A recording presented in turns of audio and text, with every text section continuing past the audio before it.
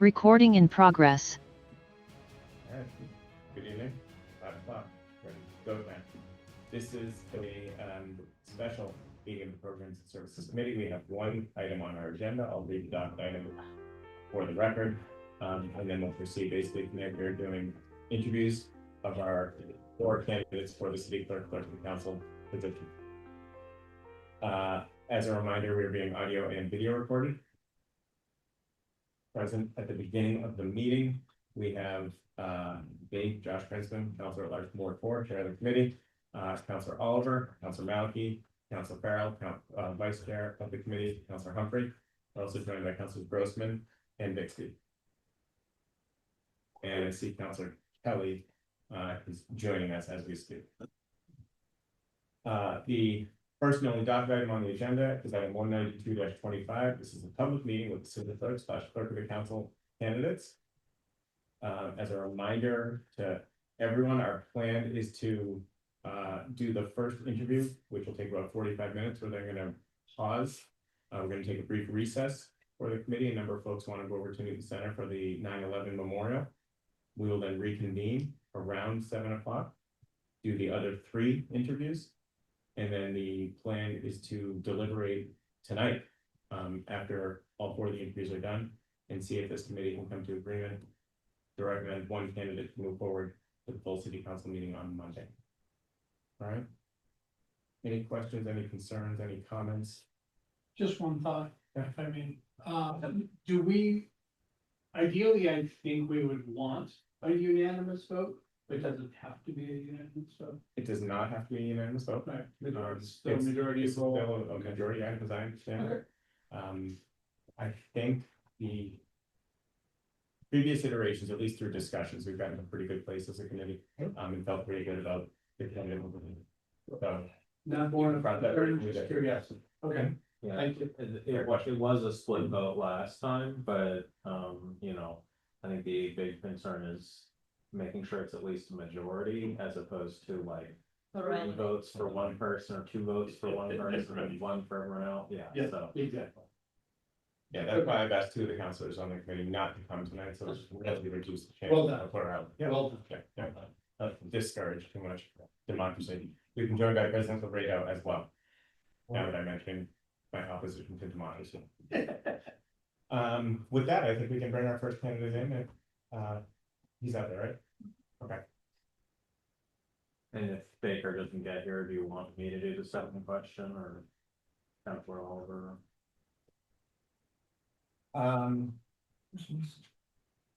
Sure. Why don't you take it? Okay. And then I'll just mention it to him.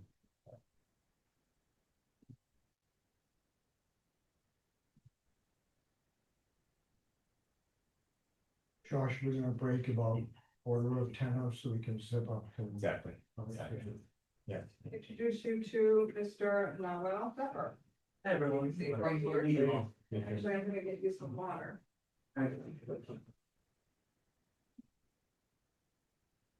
an honor to be here. Thank you. Thank you for coming. It is not well Pepper, Yes, correct? my parents would think that would, but well, just fine. Okay.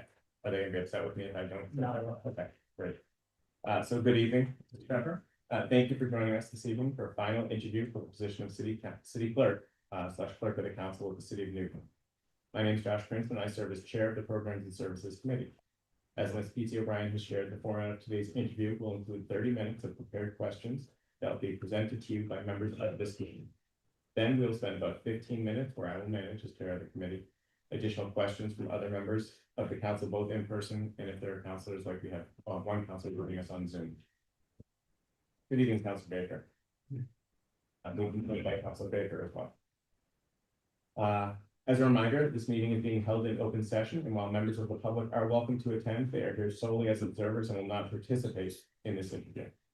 The interview process itself will be conducted between you, the committee, other councilors, and Ms. P.T. O'Brien as needed. So if you're ready, shall we begin? Absolutely. Wonderful. So we'll start with an introductory question. If you could please tell us why you were interested in the position of city clerk of the council, and why you feel you should be appointed to this position.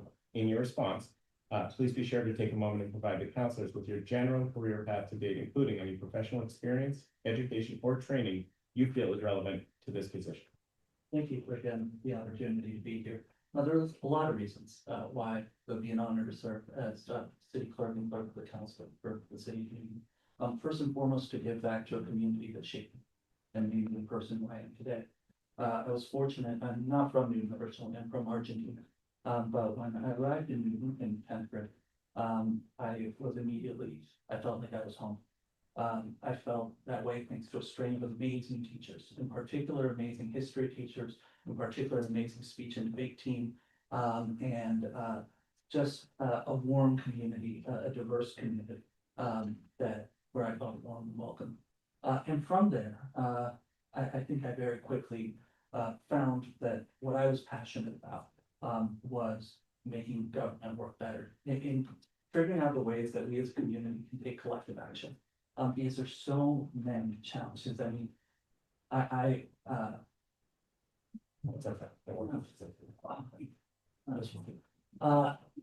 there's so many tragedies of constant failures to take collective action where we're not able to come together. We're not able to overcome our differences.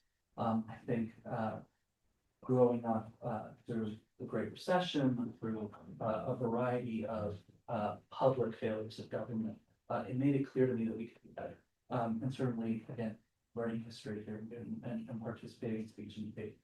From there, I went on to work in local government for the past decade, starting with an internship in the mayor's office in St. Louis, where I did my undergraduate. Again, when you're living in St. Louis, you see again all the deep public policy failures of segregationist policies and ways again in which government has actually divided people and prevented people from coming together. And I've dedicated more or less the last decade of my life to helping heal some of those divides in St. Louis, and frankly, redistributing power and resources in the city. First working for Mayor Slay, where worked to raise the minimum wage and to allocate funds for public transit, where I wrote my first legislation, and he recommended, he had been mayor for 16 years, that I go to law school. So I went to law school, and in law school, again, dedicated my time all to government public service work, whether it was working with New York City government on property tax reform, working with the government of Liberia on reforming the public health code in the wake of Ebola, or going back to St. Louis and writing a plan for the equitable unification of the city and the county.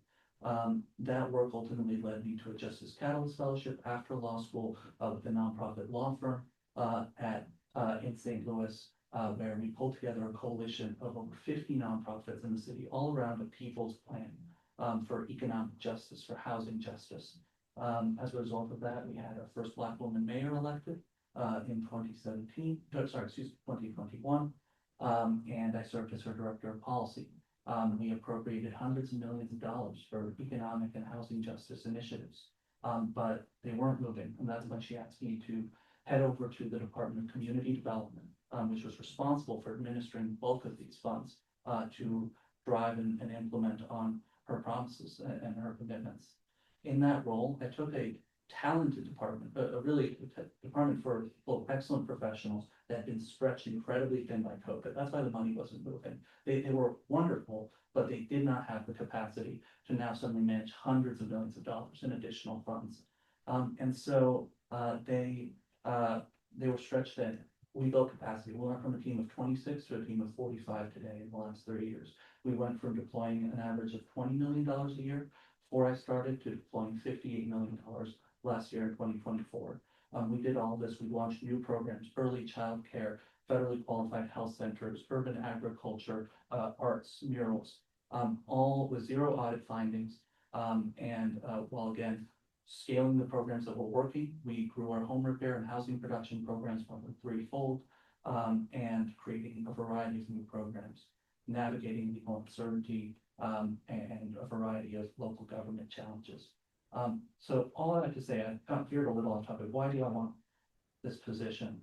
One, I want to give back to my community. Two, it would be an honor to serve as a foundation. I consider that this role an epistemic foundation to just be a source of truth that then informs all conversations and debates that we have as a community. It's also my passion. Local government is my passion. I think it's one of the most impactful ways that you can engage in your community. It's the way that most people touch government. And I think that when it's not working, that leads to some real cynicism that we're seeing across our community. In that I think we have a responsibility to demonstrate that government can be excellent, not just tolerable or passable, but truly excellent. And I think it's a tragedy that so many talented people these days are not drawn to government, and I don't feel the same way. To the contrary, I am passionate about local government. I'm passionate in particular about democracy and making democracy work better, because we are currently in a moment of profound democratic dysfunction. And I think the key to making democracy work better is multiplying both the points of engagement and input, and the ways in which people can engage, and improving the quality of that engagement. And so I didn't even talk about all the ways that everything we did was informed by community at a very deep level in St. Louis, but we can talk more about that. And then finally, the last thing that's bringing me here is love.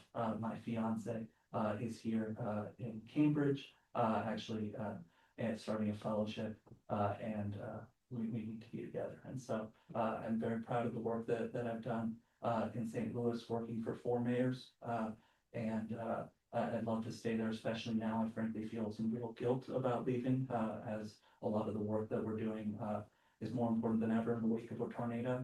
But the truth is that I need to, both our families are here, my fiance and my family are here, and so it's time to come home. Thank Sure, you. We do Chris. have a few more questions. So Sure, let me Chris, just please mention that make we sure can, everyone sorry, speaks up, sure. because we are on video. We've been joined by Councilors Albright and Kalis. You're saying that folks are having trouble hearing? I think they're having a little difficulty here. Okay. We just want to make sure we don't keep our voices. Okay, thank you. Let me turn it over to Councilor Baker for the next question, and don't worry if there was stuff you omitted, because we have several questions. So, Thank you. What qualifies you, or excuse me, qualities do you believe are most important for building trust and credibility as the new city clerk? First, And let me just finish this, then you can stop. And if selected, how would you demonstrate those qualities to city staff, councilors, and residents from day one? In your response, please also provide us with an example of where you have demonstrated these qualities in your current or past positions. You'd rather repeat that if you want, because it's a long question. yeah, I think the most important quality is transparency and honesty and integrity, and just being straightforward with people. And the example that I'll give, and what I would also do here on day one, is I would start by meeting with everyone on my staff, every member of the city council, every key member of city staff that relies on the city clerk's services. That's what I did again at CEA when I started day one. In that first week was all interviews with every one of our then 26 staff. And the purpose of that is, first and foremost, just introduce myself.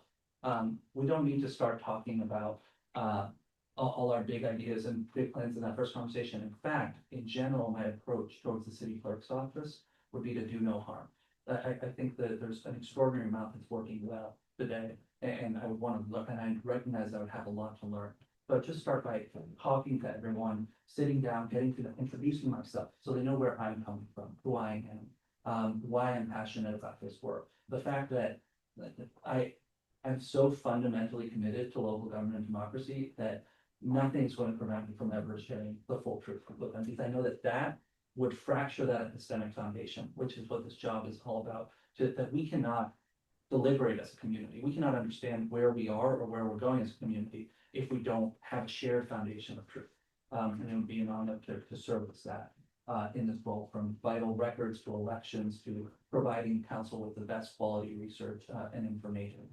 But again, on day one, I would meet with everyone. I would be approachable. I would be positive and learning about the work that is already going on here, and then how I can support them. That would be the fundamental conversation I have with my staff, with the city council, and then knowing that they can rely on me to always provide them with the best counsel, the best advice, and fundamentally the best information.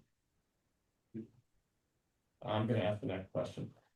Then we'll move along. So this position is unique because it combines the duties of city clerk, such as managing vital records, the census, record keeping, and elections, with supporting 24 city councilors and overseeing complex legislative workflows.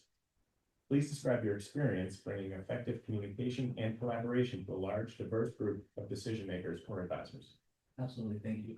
And first of all, let me recognize what you just said. One of the things that both somewhat intimidates me, frankly, and also excites me about this opportunity is that in St. Louis, this job is 3 different people. In St. Louis, you've got a city clerk, you've got an elections director, and you've got a register that provides the vital records. And they're all wonderful, and I work with all of them well, and so I do think I have an understanding of this job, but also a recognition that has enormous responsibilities. With respect to, I'm sorry, can you repeat the question? Sure, describe your experience bringing effective communication and collaboration to a large, diverse group of decision makers or advisors. There's many examples. I will settle on the process that we utilized to allocate approximately $500 million in American Rescue Plan Act funds. And I was the mayor's director of policy, and the first thing we did was we created an advisory board of community stakeholders to assess what those priorities would be. And they pretty quickly, we also launched a survey that received over 5,000 responses, over 1% of city residents, over 2.5% of registered voters. And essentially, we're able to prioritize on that basis. And what emerged as the #1 priority, and it was interesting, and then also engaging with the city council. There were different priorities from each group, and we were able to pull them all in. And so from the stimulus advisory board from the community, #1 priority was direct relief, household assistance, rental assistance, health assistance, this was during the pandemic. And #1 priority was just this direct relief. From the survey, the #1 and 2 priorities were neighborhood transformation and infrastructure. By neighborhood transformation, in particular vacancy, because St. Louis has over 24,000 vacant lots, and transforming those from a liability into an asset. And then also infrastructure, in particular roads and water department. And then finally, from the Board of Aldermen, the priority wound up being infrastructure and housing. And so we were able to pull these together into an iterative series of bills. The first one was primarily direct relief with a little bit of housing and infrastructure. Then we did a big infrastructure bill. Then we did a big economic justice bill. And then we did one-offs, arts, violence prevention, digital equity, parks, water, etc. And so it's about actually getting that information. And what's very interesting to me is that more recently, and I talked a little bit about this in one of my interviews previously, but this is a different group, so I'll share it again. Recently, I'm no longer in my role of policy director. There's a new mayor. I survived the transition, thanks in part to a lot of community support. But the new mayor struggled to find consensus around grants funds. And in fact, they've been caught in what is Condorcet's paradox, which is essentially a majority prefers A to B, a majority prefers C to A, and a majority prefers B to C, right? So if you're B, there's always a majority that'll take it A. If you're an A, there's always a majority that'll accept, and they cannot pass anything. They've been trying now for a long time. And so I think that what I take from that is that there are different types of processes, some of which promote agreement and consensus, and then on the basis of information sharing and transparency and bringing in a lot of different voices and helping people recognize ultimately value pluralism, that there's not one good, not all the ends of man are compatible, still less all its virtues, that's Isaiah Berlin. There's all these different things that are all good and they're all involved trade-offs.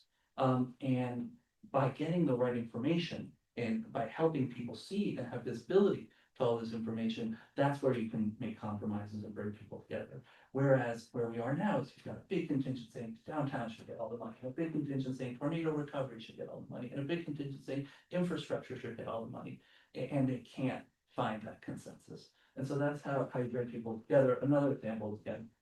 Well, I'll stop and you'll ask another question, but there's many examples and a lot of legislation. Okay, thank you. I'll mention quickly, we've been joined online by Councilor Gentile. President Laredo, I don't know if you were texting with folks who said they couldn't hear. Is it better now? I think it's a little bit better. Okay. You should ask the people online to confirm. I just didn't know. Can anyone online either say whether you can hear us or give a thumbs up? Okay, Councilor Gentile. Josh, I can hear you, but it's really, really light, and so we kind of strain, and I don't know what can be done, but. I would just recommend speak to us as if you're speaking in a big lecture hall rather than a small room, because Yeah. that'll help with the pickup. Thank you. And given that we hold a lot of meetings in here, the other thing that tends to help.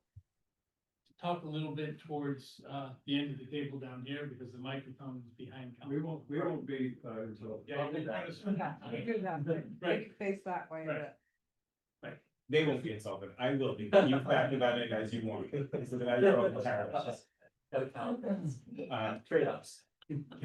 Counselor Oliver. Yeah, you can. Absolutely. All right, so thank you for that answer. What role should the city clerk play in promoting civic engagement? And how would you work with city departments and outside organizations to enhance city services and encourage greater public engagement? That's a great question and something that I'm really passionate about, and I do think that it is an essential role of the city clerk. First of all, to provide the information, make sure all the information is easily accessible on the website and otherwise, so that there can be informed engagement. And then also to create forums for that engagement. In many ways, I see this position, certainly with the council, as curate that forum, the fundamental deliberative forum for the city of Newton. But something that I'm really interested in is potentially establishing other ancillary spaces. One that I've mentioned during my interview process is a youth council, where we can bring students together to have conversations about their priorities for the city and what the city can do to make them feel more supportive. I know all of us here know that public schools are the crown jewel of our community. And I think there are ways that we can listen to students as well, in making sure that they're absorbed, and parents as well. But I think that I would listen to department leaders, whether that's with respect to public works or zoning. I have a lot of experience in the development space. And listen to what are the objectives of the kind of input, because there's different types of input that you may need, right? Depending on what stage you are in a project or in a process, whether you are informing the community, whether you're really consulting with the community, whether you've been co-creating a project with the community. Those all involve different approaches to engagement, and different types of forums. But as I mentioned at the beginning, the City of St. Louis Board of Aldermen, that's our city council, recently launched an app and a website called St. Louis Speaks, which essentially allows city residents to petition and put forth ideas and proposals for the Board of Aldermen to take up and co-sign onto these. I'm very interested in exploring something like that, but I think we have to get the basics right first, in terms of making sure all the information is easily accessible. I've looked at the docket system, and while it has a lot of information on it, it is not necessarily the most accessible, and I think supplementing it with other types of, because there need to be multiple ways to access information. And for example, something very basic that we can do, that again, the city of St. Louis does, and I don't only use the city of St. Louis as an example. If I were selected for this role, I would study what the wide variety of cities are doing and learn and take the best practices from each.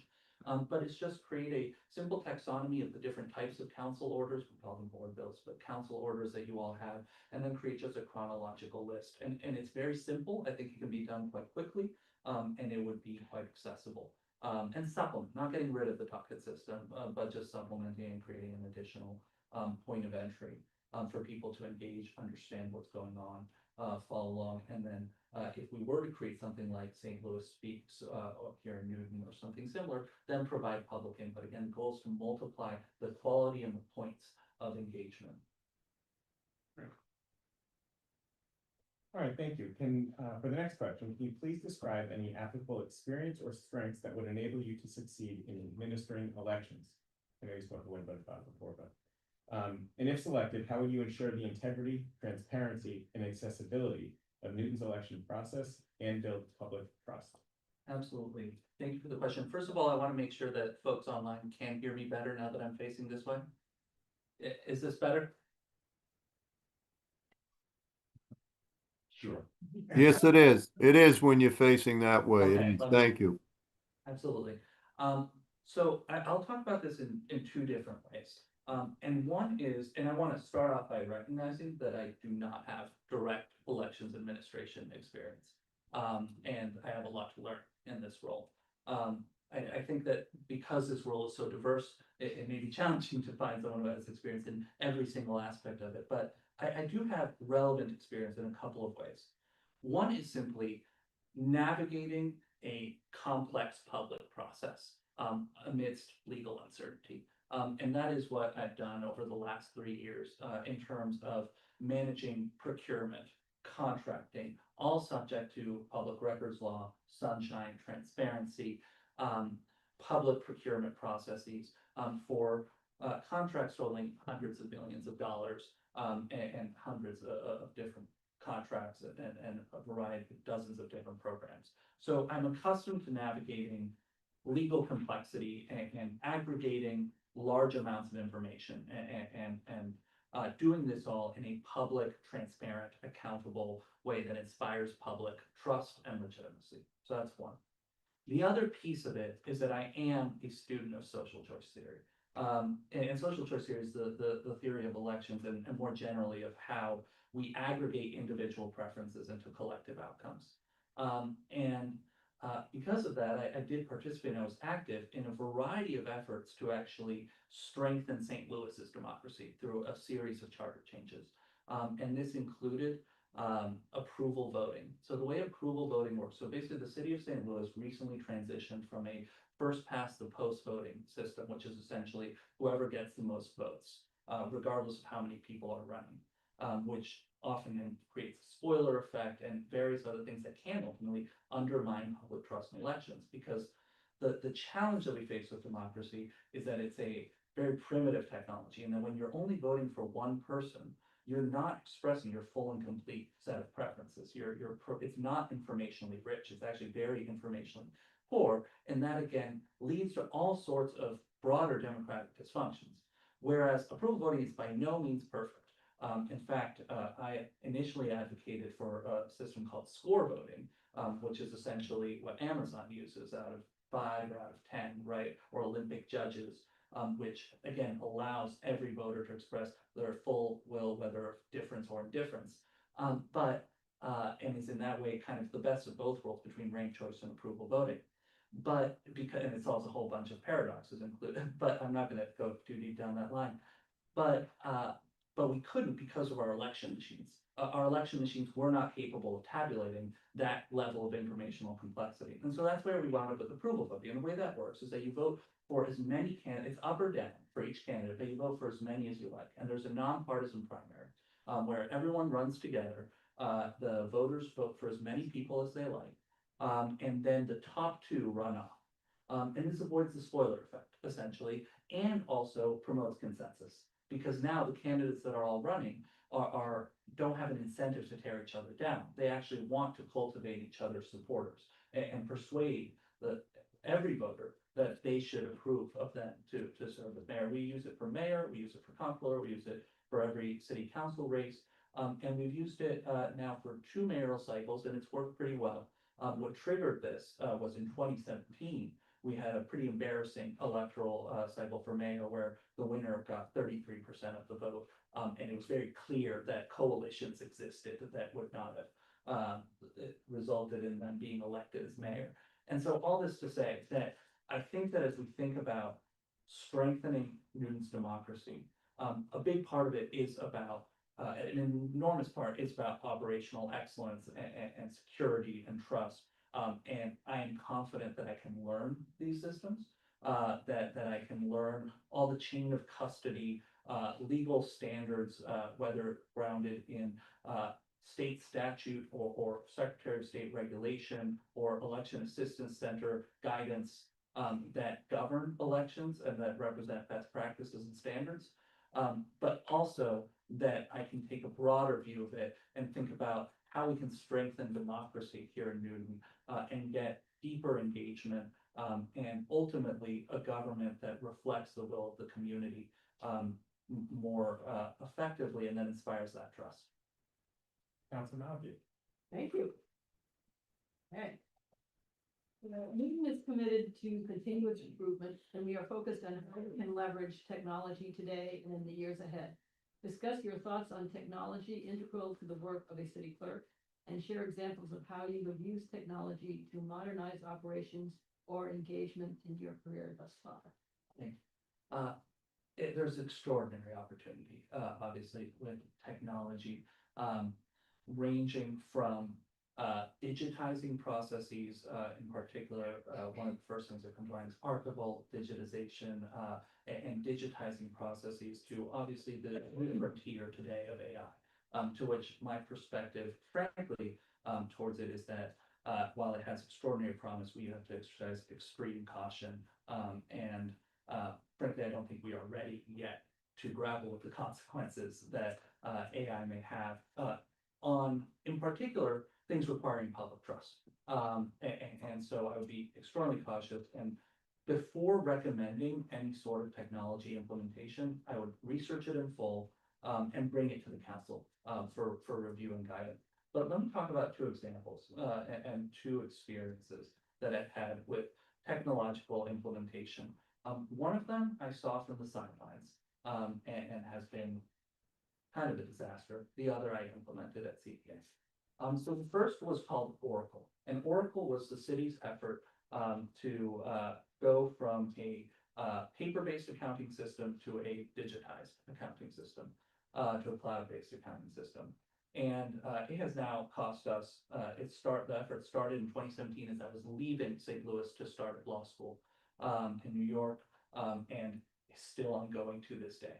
And the challenge, and I think there's a lot of breakdowns that occurred in that process and why it has ultimately, frankly, slowed down the city's payment processes and become, and one of them is that they did not, I don't think, fully map or understand the city's existing accounting process. And then we also didn't fully define the deliverables in terms of the reports that they want to be able to generate. To this day, I cannot generate a report in Oracle that shows me all of my department's expenditures. And they did not. And so when we started Salesforce implementation, which is what we did recently in CBA, and we just concluded and closed actually last Friday, our first application cycle on the system, that's now our new grants management system. And what we did first of all is that we really defined how our current system worked in a comprehensive document of policies and procedures that wind up being hundreds of pages long. Then we defined the deliverables. What are the reports that we need to generate? What are the reports that we need to generate to report to HUD in IDIS? What are the reports that we need to generate to report to Treasury? What are the reports we need to generate to report to EPA? What are the reports we need to generate to report up to our comptroller's office internally or to state auditors? What is every single report that this needs to generate?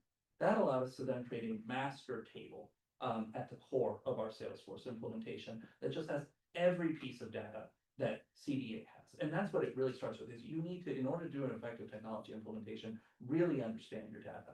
And I don't mean like just have the data, have a lot of data. I mean, understand every single column, every single variable, every single row. What is it actually tracking? How does that integrate into your processes? How does that integrate into ultimately what you are supposed to deliver for your community? And then once you have that core table, then you start generating your reports, you start generating your processes. And that's what we built. And we've actually gotten wonderful feedback from our community as they submitted the first applications. And the goal is, it's an application portal. It is also, and we've tested all this. We've done user authentication testing, but it's an application portal. Then it's a rating and review portal where everything is rated by 3 individuals, and we average and we make awards on that basis. Then there's an automated process to turn every application that is funded into a contract through templates that we put in with blanks and it connects into various pieces of the application for the budget, for various parameters, and then a reporting portal where they are submitting the reporting. The next frontier for us is financial and programmatic monthly reporting. The next frontier for us is how do we integrate Salesforce and Oracle in particular to create a digital contract execution process for the city.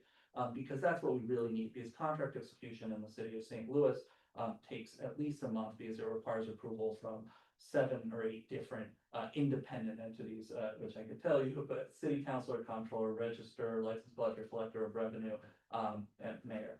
And so it becomes something where you don't know whose desk it's on. And even though everyone's acting in good faith, I presume, it piles up because there's all these bottlenecks. that brings me to one last advantage that Salesforce has and that this contract digitization process may have if we are able to pull it off.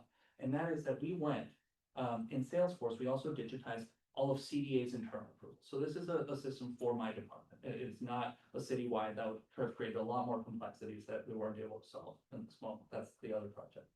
But for internal approvals, we have gone from a waterfall process where before anything can be approved at CDA, it has to go through our internal controls of 5 different folks, right? To a shotgun approach where it goes out simultaneously to all these folks. And that essentially allows us to accelerate approvals and accelerate disbursements of funds as well. Thank you.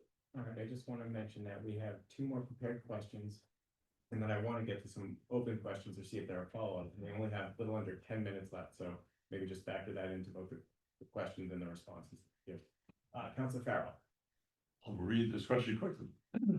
This position is responsible for managing and leading a staff of about 16 union and non-union employees, along with additional part-time staff, seasonal staff, and volunteers. Describe your management experience and your approach to supervising, developing, and motivating a multidisciplinary team in a demanding government environment. Thank you. I take my responsibility as a team leader extremely seriously, and frankly, I've grappled with a lot of questions around what is the best way to manage a team, and there is no best way. In fact, it all starts by understanding your team and understanding what each individual needs, whether that is support and guidance and coaching, or space, frankly, because they already know how to do it, or whether it's explicit direction and more proactive guidance. So everyone is different, but fundamentally, my management style, and I like to have this conversation with my team in terms of defining what my management style, it is invitational and supportive and mission driven, also fundamentally.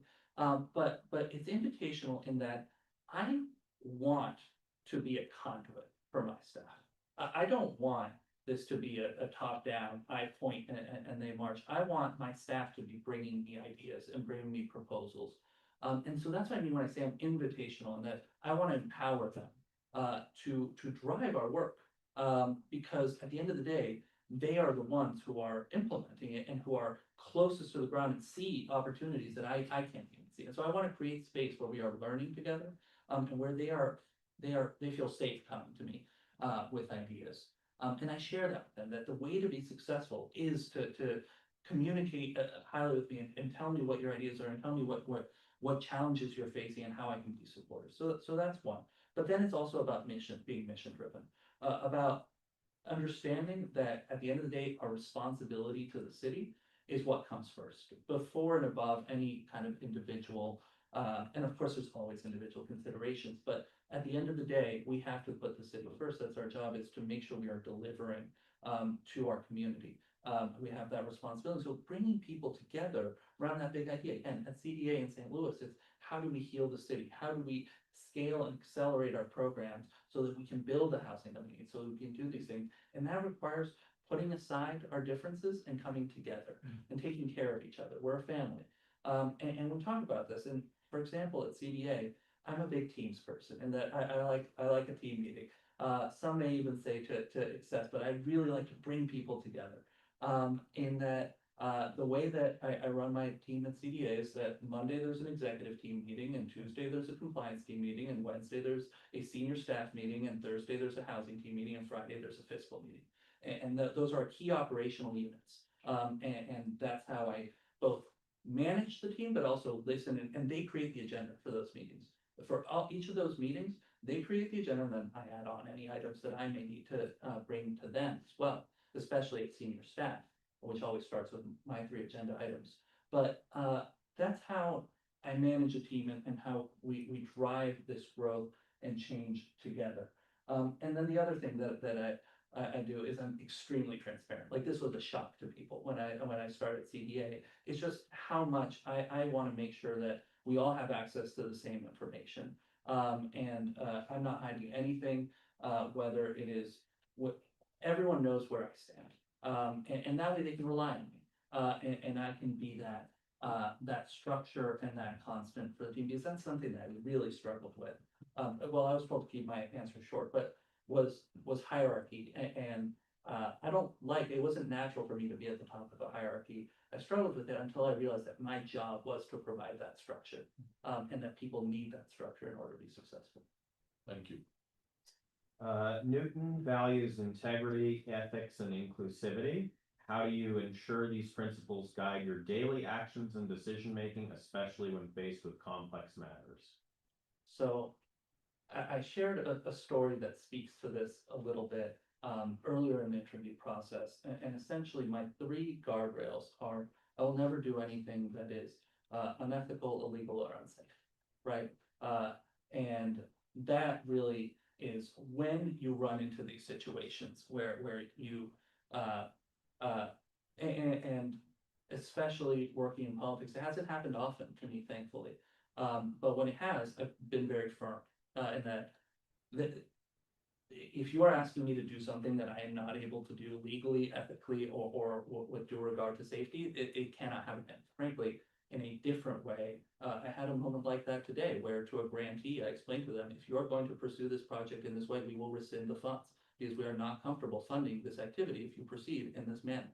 That's a conversation I had to have today with a challenging grantee. And so that is something that I'm constantly asking myself because I feel a responsibility to demonstrate that government can work and can be a site for excellence and integrity. And so it's something that's constantly on my mind.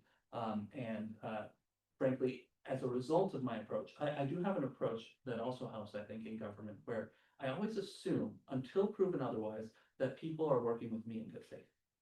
And then, when proven otherwise, I act accordingly and adjust accordingly. But until they demonstrate that to me, I will assume good faith on the part of everyone that I work with.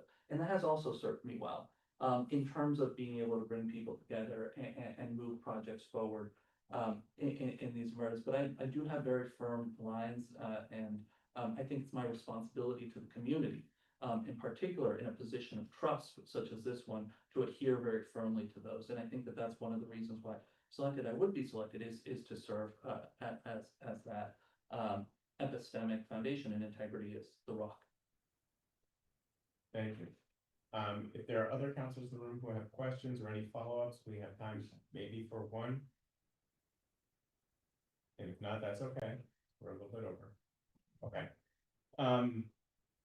Well, that brings us to the end of the open question period, okay, and our interview with you this evening. So I want to thank you again, Mr. Pfeffer, for spending this time with us and answering these challenging yet important questions. As you know, this evening is dedicated to interviewing the final candidates. This committee may deliberate and vote on a recommended appointment this evening, or we may decide to do so at another meeting scheduled for this Monday, September 15th. The Human Resources Department will stay in touch with you following today's meeting. So with that, I thank you and welcome you to share any closing remarks with this committee before we wrap up. I know we're a little over time, so I'll keep it brief, but I want to once again thank you all for your time, for your consideration. It truly is an honor to be back in my hometown and to even be considered for this role. In closing, I am very passionate about the work that you all have dedicated your time to in terms of serving our community and making local government work. I think I could do this job well. And I know, I don't know if this is on y'all's mind, but I will share, I know that I talked in some ways, I'm very involved politically in St. Louis, but I have no opinion whatsoever about Newton politics. And I recognize the neutrality that's important in this role as well. And I just want to share that with you all, in that I see my job in this role as, again, being a trusted source of information and facts. I want you all to get to hear that from me as well. I'm really excited about this. And so if selected, I would dive into this and I think do a very good job for you all. So I hope you'll consider me, and I again appreciate the opportunity. Thank you very much. Thank you. Appreciate your time. Committee members. If I'm not mistaken, we are going to recess so that folks can go to the 9/11 ceremony if they choose. Again, I just want to remind folks that we're going to be back here. There's going to be food, so to the extent that incentivizes you to get back sooner, but we're going to begin probably around 7, just a little after 7. no later than 7:15, but I'd like to get it around 7 o'clock if possible. Okay? All right, with that, we'll take brief recess. Thank you. Okay. That's so small. They're right here. Yes. Oh, really?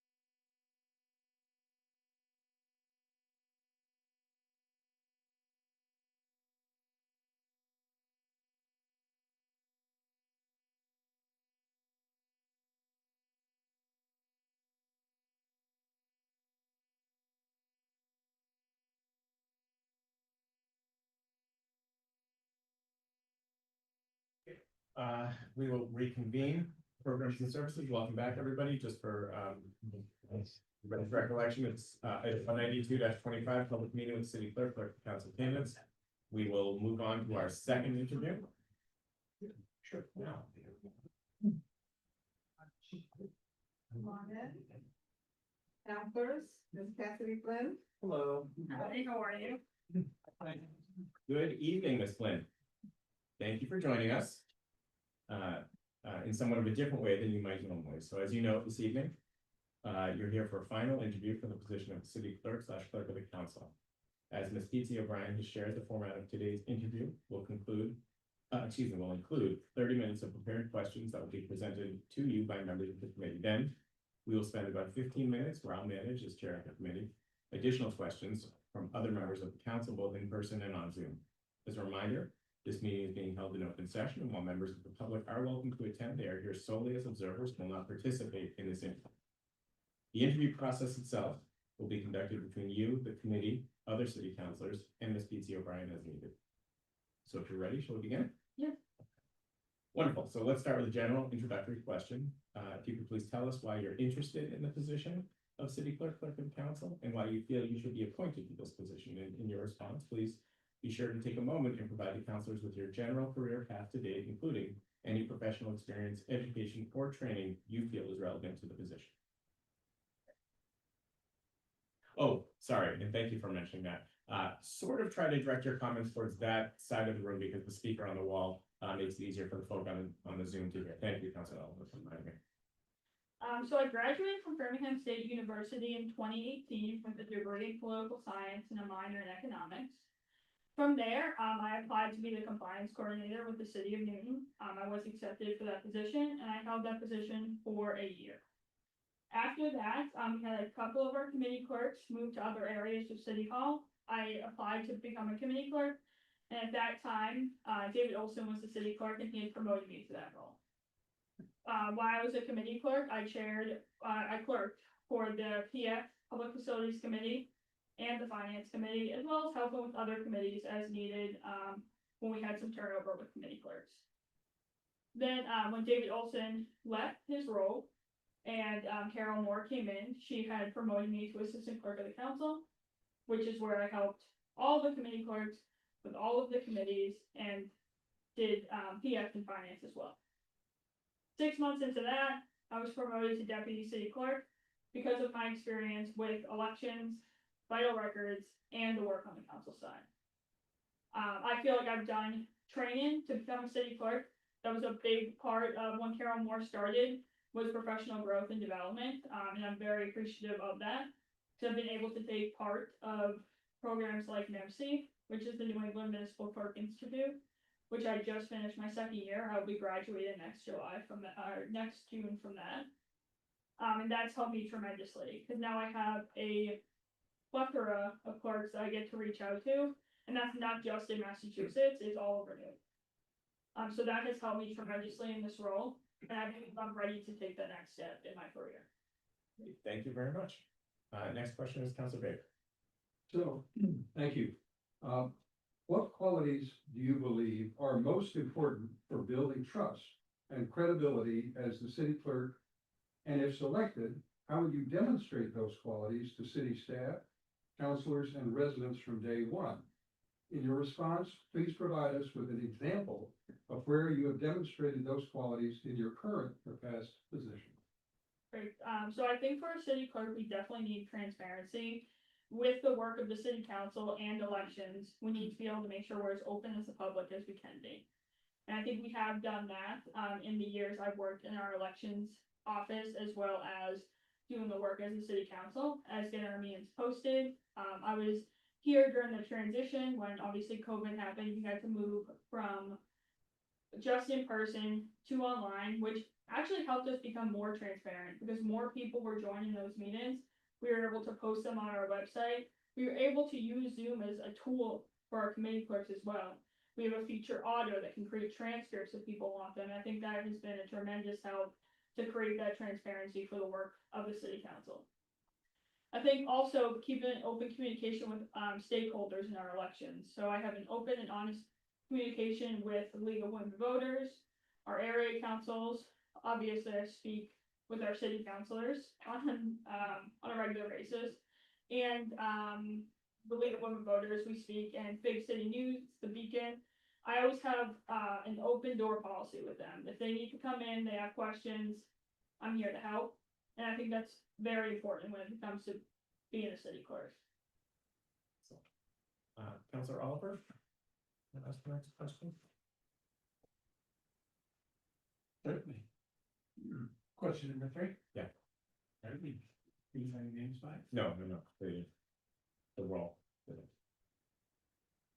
You, did I miss one? Right. I'm on the number Yeah, you're. 4. No, I got you, don't worry about it. This position is unique because it combines the duties of city clerk, such as managing vital records, the census, record keeping, and elections, with supporting 24 city councilors, and overseeing complex legislative workflows. Please describe your experience bringing effective communication and collaboration to a large, diverse group of decision makers or advisors. So I do believe I do this every day as the acting city clerk and even as my role as deputy city clerk. I believe that I keep, like I said in the previous question, I keep an open and honest communication with our city council. There are 24 city councilors and I do, that is obviously a lot for Massachusetts, maybe New England, maybe the country. I'm not sure about that part of it. It is. Yes. But because I have such a good relationship with each counselor, I'm able to continue to help each one. Like if we had one counselor instead of 24. Thank you. Counselor Oliver, sorry about that. No, quite all right. Happy to be flexible. So thank you for that. Excuse me. What role should the city clerk play in promoting civic engagement?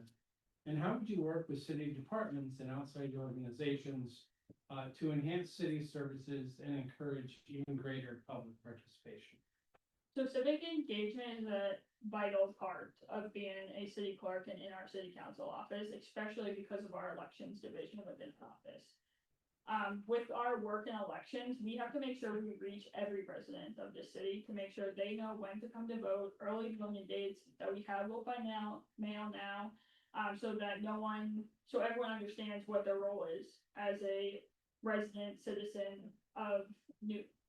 I think that's vitally important, and that's part of the work of the city clerk. The other part is having people attend council meetings, message to the city council, send their thoughts into the city council, which is something we've tried to promote, so people are as engaged as possible.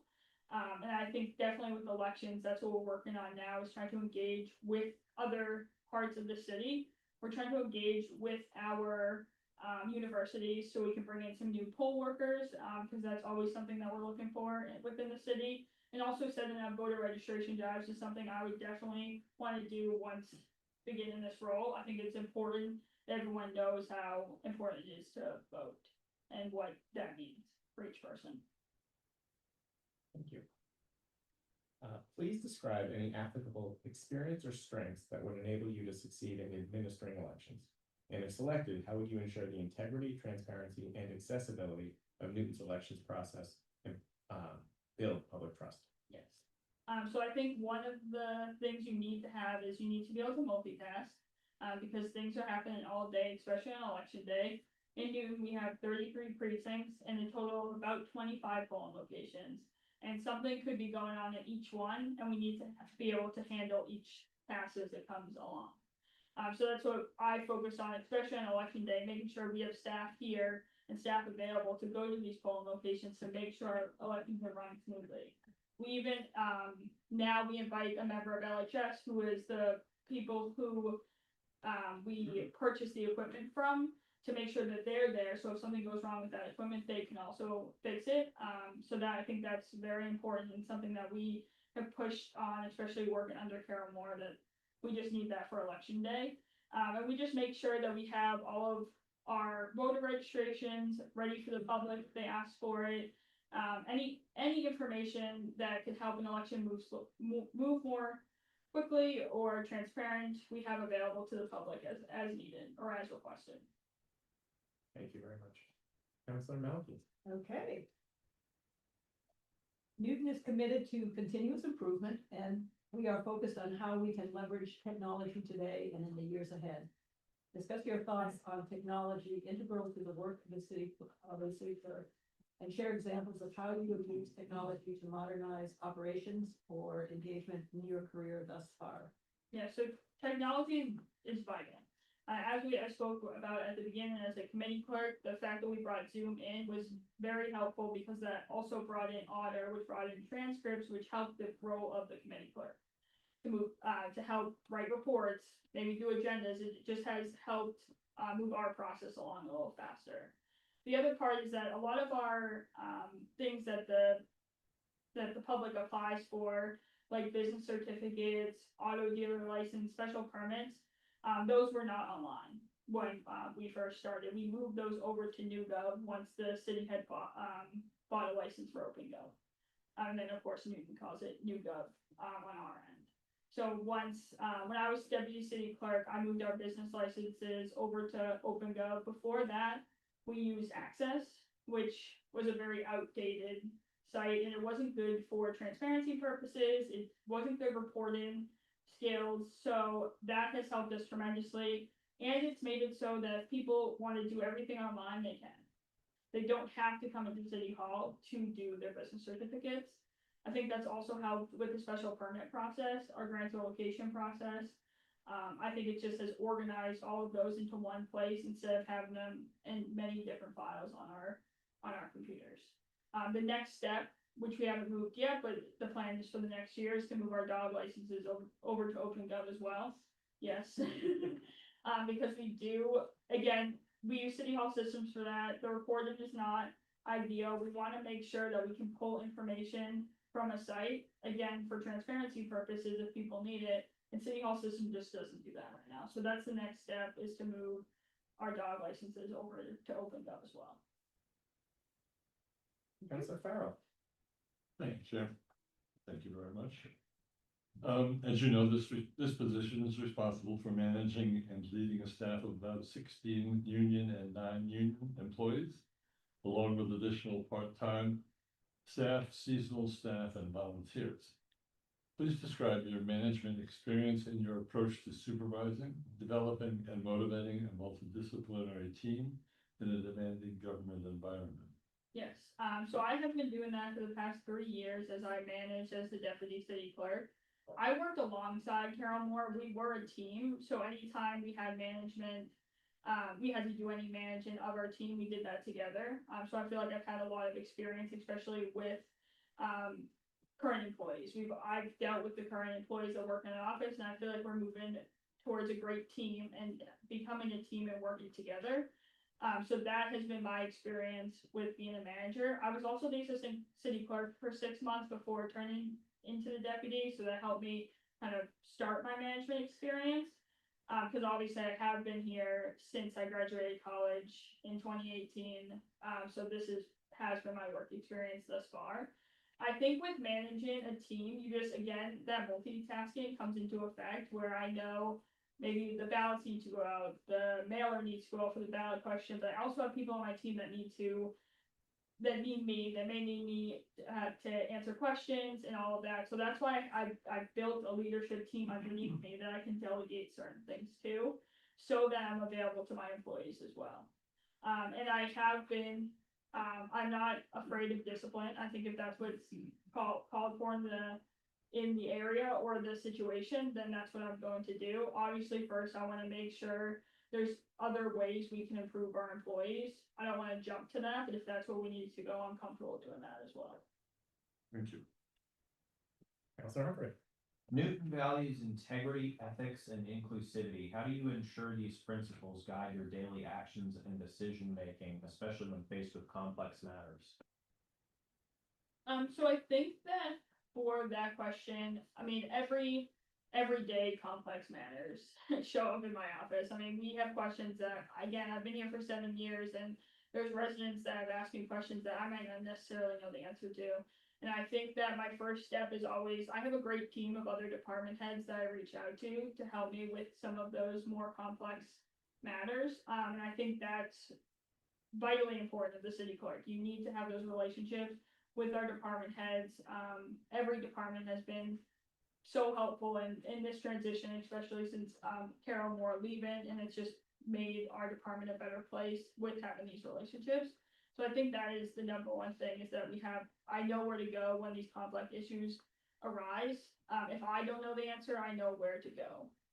I think there was also a little bit in there about inclusivity, if you wanted to touch on that a little.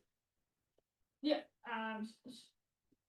sorry, if you could just. Yeah, so I'll just read it again. So Newton values integrity, ethics, and inclusivity. How do you ensure these principles guide your daily actions and decision making?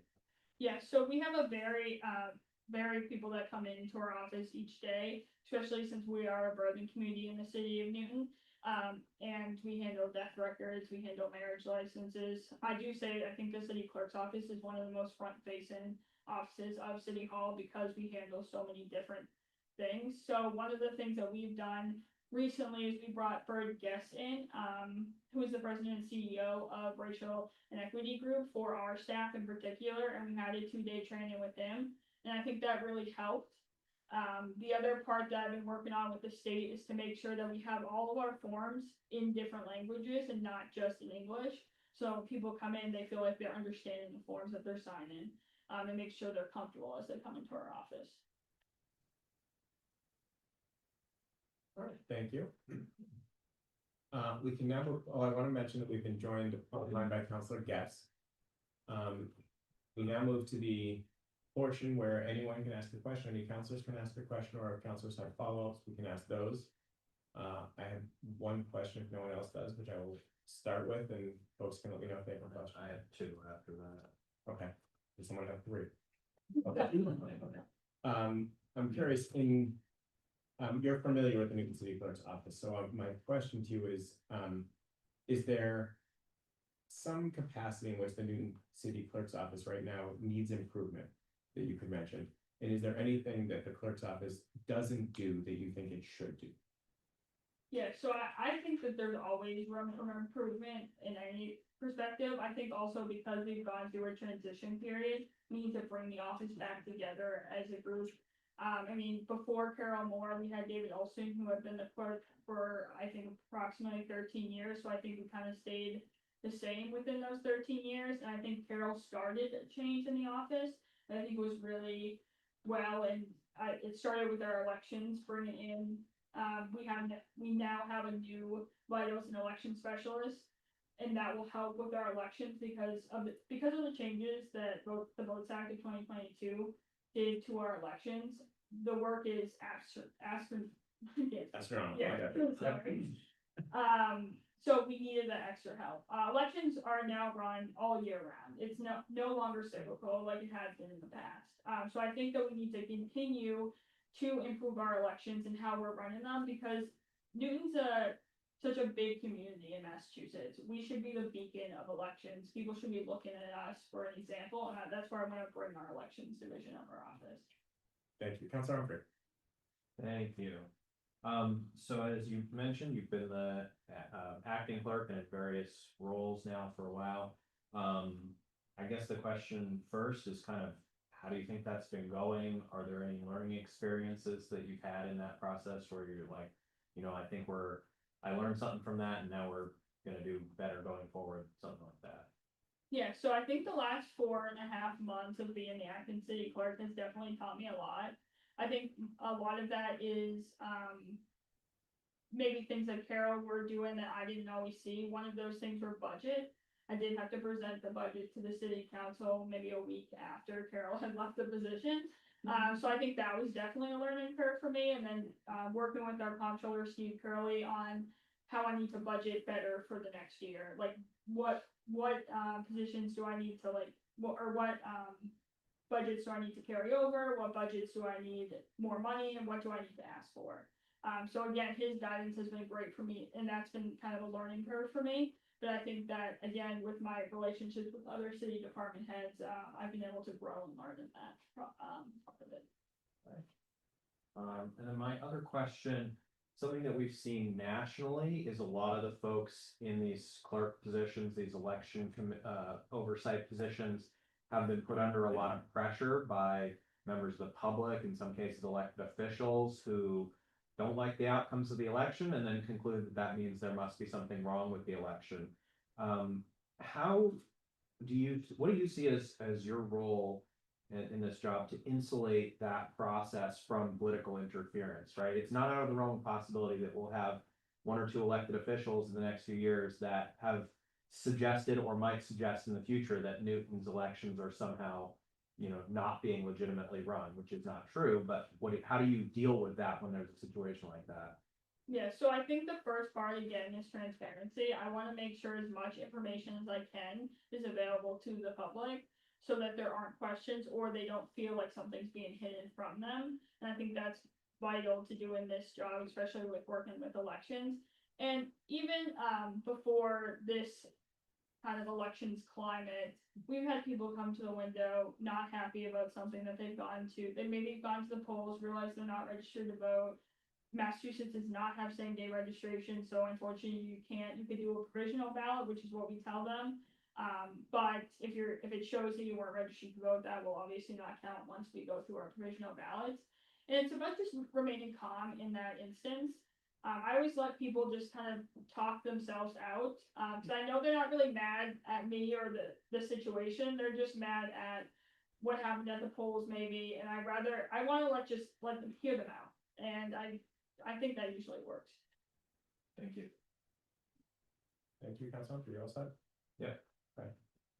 For what it's worth, I think this committee remembers budget presentations and you did a very good job. You're very well done. Council Baker. So, another responsibility of the clerk's office is recodification. You want to say a word about recodification? Yes, so actually just yesterday, I was on a call of recodification with Civic Plus, who during Carol's time had brought on to help us with the recodification process. Again, that might be another one of my learning curves, because I was speaking with a lawyer from Civic Plus, and that's something our law department is helping with as well. So I'm gonna continue to learn about that process, because that is something that Carol kind of took under her wing, so I didn't see much of it. But now that I'm a part of the process, I think there's a way that we can do this maybe more efficiently and get it done for 2027. Because that's our next recodification year. And finish 2022. Any other questions? Okay. Then, that concludes our question period, so, in our interview with you this evening. So I want to thank you again, Ms. Flynn, for spending some time with us this evening and answering these challenging yet important questions. As you know, this evening is dedicated to interviewing the final candidates. This committee may deliberate and vote on a recommended appointment this evening, and may also continue those deliberations at another meeting scheduled for Monday, September 15th. The Human Resources Department will stay in touch with you following today's meeting. So with that, I want to thank you and welcome you to share any closing remarks with the committee before we wrap up. Well, thank you. I did just want to add, I really do have a dedication to the city of Newton. I mean, my parents grew up here, my grandparents grew up here, my dad's worked for the city for 37 years, and I really do care about our community. So I really am invested in making the city clerk's office just a better place to work, a better place to be. I want people to come in feeling comfortable, and like I said, I really do want to bring our elections department up into to just be an example of what we do elections in Massachusetts. Thank you. Thank you. Thank you. May. Thanks. Thank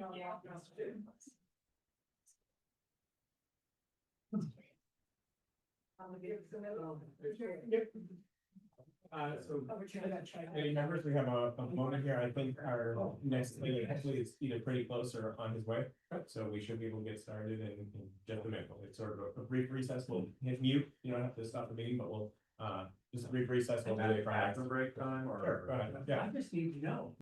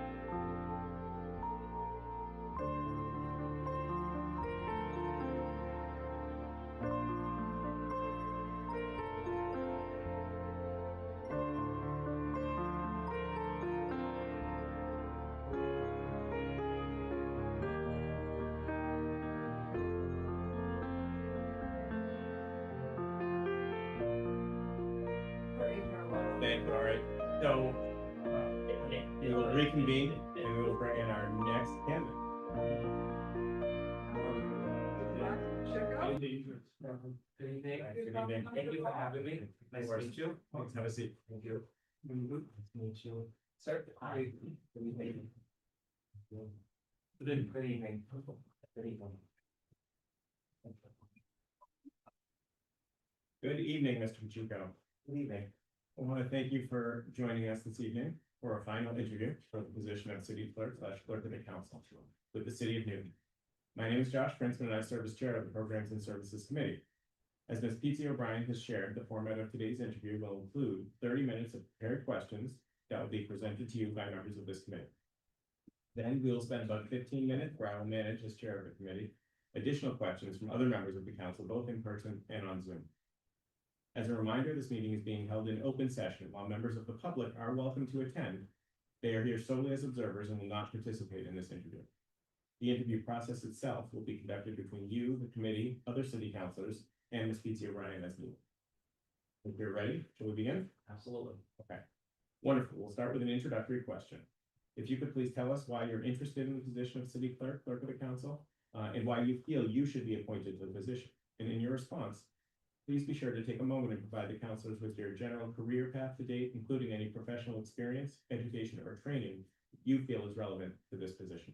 Chairman, you want to direct you to? And as I'm continuously reminded by my colleagues, the speaker for those watching online is down at that end of the room. So if you can sort of direct yourself that way, I think it's probably most beneficial to everybody in the meeting. Okay. Thank you. So, good evening. Thank you again so much for having me. So I've always found operations and processes and how you can sort of take a complex operation and break it down into individual parts very interesting. So much so that I did get my degree in operations management from Bridgewater State. And so with that said, my first role in municipal government was as a town clerk. My very first day on the job as town clerk, I knew I loved municipal government. And as soon as I administered my very first election, I knew that there was nothing more enjoyable to me and fulfilling than administering an election and being part of the democratic process on a local level. Nothing more rewarding than that. It's a lot of work, but I don't view it as work doing elections. It's more something that I enjoy doing and it's my calling. Currently, I'm the director of elections for the city of Taunton. And when I came across the ad for city clerk and clerk of committees for the city of Newton, some of the first thoughts that came to mind was I really miss a lot of the things that we do as municipal clerk that I don't get to do so much as a director of elections.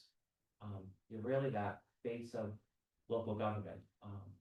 You're kind of the first office that folks walk into when they're coming into City Hall, and they're coming to you for a lot of information. Might be by the records, marriage information. Here in Newton, I understand that you're looking for docket information too, and what's going on with different committees. So I miss that aspect that I don't get currently in my role as a elections director. But I didn't know too much about Newton. I know a congressman lives here. You guys had a wonderful job ad, so I learned some things in that. I know you were voted in 2018 as one of the best places to live. But I did my research on Newton and I started watching your council meetings and just learning about the rich history you guys have here in Newton and, dating back to the 1600s. And the city clerk has a role in that, which is amazing with the archivist and maintaining your historic records. I learned about your open space and how you have almost 20% open space here, and I was able to drive around and look at your beautiful, lots of beautiful houses and buildings here. And I saw you're very civically inclined. I saw your League of Women Voters is very involved. So anyways, the more I learned about Newton, the more I thought I could have a impact here. It's something that I could do.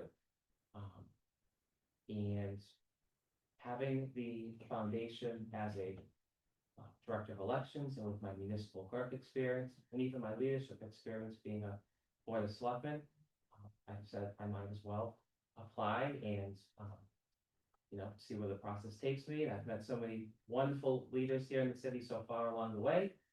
So that's why I applied and, what drew me to the city of Newton. And,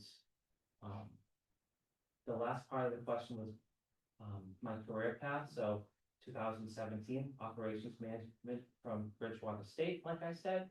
I did some retail experience, and a logistics experience until 2021, when I became a municipal clerk for 2 years.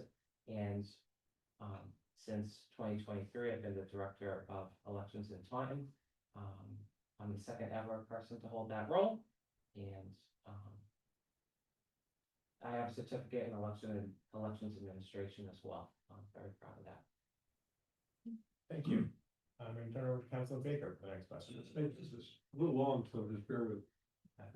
Thank you. What qualities do you believe are most important for building trust and credibility as the new city clerk?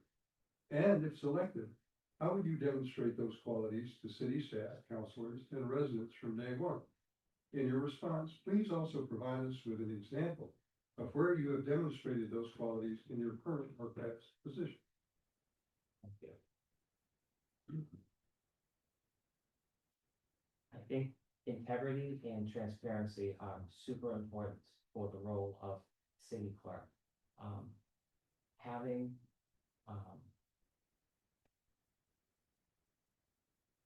you have to be forthcoming with information for the public and really cite your sources.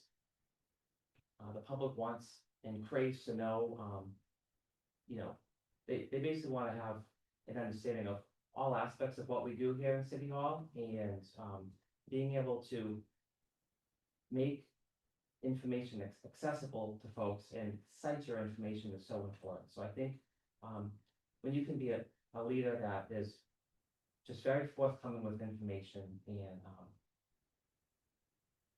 when folks are checking your work, they can see that you're a leader of integrity, and that what you say is factual and true. One example that I have to share is being a director of elections. Folks question almost every process of elections and how we administer them. And one that I recently had to deal with was the vote by mail process, and how it's different depending on what election we're administering. Federal elections, state elections, and local elections have different deadlines for when you can receive a vote by mail ballot or any ballot. And we recently in time had a special state election. So normally when you think state election, you have an expanded timeline to receive a vote by mail ballot. The postmark date could be 3 days after the election. But you can receive it 3 days after the election as long as it's postmarked by election day. And there's even expanded opportunities if you're overseas and abroad. But for a special state election, that's not the case. You have to receive it by the close of polls on election day. So realizing that and knowing that there would be questions from the public on that, I did a press release and basically cited all of the relevant laws, because it can be clunky and sometimes confusing for, never mind folks administering it, but voters at home to having to understand different deadlines for different elections. So my approach is, don't just take my word for it. We did a memo, we did a press release, but we also cited all the relevant Mass General laws, so folks could do their own research. It's all there, it's clear and concise. So I think that's a good relevant example of just having some integrity and getting information out there to folks. I kind of believe in that preemptive strike, I'm just kind of knowing, and that's the backup letter terms, preemptive strike, but kind of understanding what folks might be thinking of at home and what their concerns are, and trying to get that information out there as soon as possible so that they don't have to question it. It's there, you can point them to it, they can do their own research. So I think that's important if you're a municipal leader, especially a city clerk here in Newton. That's either a nice segue or it's gonna be a little repetitive, but this next question, is that the position is unique because it combines the duties of city clerk, such as managing vital records, the census, record keeping, and elections, with supporting 24 city councilors and overseeing complex legislative workflows. Can you describe your experience bringing effective communication and collaboration to a large, diverse group of decision makers or advisors? Okay, so in my role now, I work with an elections commission. Of course, we work with the municipal council and the mayor. I think it's so important that we keep all of our stakeholders well informed. And I believe just sharing information is so important, whether it's, let me back up. Every entity and every stakeholder has different ways they like their communication delivered to them. Some folks like emails, some like a phone call at the end of every day, every week. Some folks just want to see me once a month at a commission meeting. So just when you're a city clerk and you're working with 24 councilors, an election commission, mayor, of course, the public, you have to really understand the needs of all of those different entities, and knowing what they like from you. And you really have to work with them because we work at your pleasure in many ways. And so I think that's very important is you have to adapt your communication to the various different stakeholders and folks that you work with. And one example of that I would like to share is the election worker appointment process. That is a really unique process that involves all of those stakeholders I mentioned. It starts with sending out letters to your ward committees. And that's something that's done in conjunction with the election commission. Has to be done no later than April 15th of that year. So you have to engage the election commission and let them know, do you want to send it out? Because our office is going to send it out. He has a timeline. And then they have until June 1st to get that back to you. And the election commission has until June 30th to make that recommendation. It goes to municipal council, goes to the mayor. The mayor has from July 15th to August 15th to make the appointment. And then council votes. It has to be on file with the city clerk by September 1st. It's a long, clunky process that starts from April all the way to September 1st. How I dealt with that is I made a memo. It's not defined in one law, it's in a couple of different mass general laws. So I have a memo, I shared it with all of the stakeholders in Taunton when I first started to let them all know this is the process for recruiting election workers in the Commonwealth. Starts April 1st and it ends on September 1st. And they all have a piece of the puzzle. So every time, when it moves from the election commission to the mayor, from the mayor to municipal council, from municipal council to the city clerk, who's not me, they all get a copy of that memo. So they're all on the same page. And of course, we're there to answer questions. It's also on our website, so residents who are watching this and saw election workers being appointed last year and question why we're doing it again, they can understand the appointed term and all of the different stakeholders involved. So I think I answered your question. I appreciate it. Thank you. Now for Oliver. Now. Great. Well, thank you for that. Thank you. What role should the city clerk play in promoting civic engagement? And how would you work with the city departments and outside organizations to enhance city services and encourage greater public participation? I think that is always an objective. And so your first part of the question, how would you work with other departments? I think you don't know what you don't know. So working with other departments, they're all going to have very unique perspectives on how we want to do community outreach and engage the community. So I think meeting with them, seeing what other departments' needs and objectives are is so important.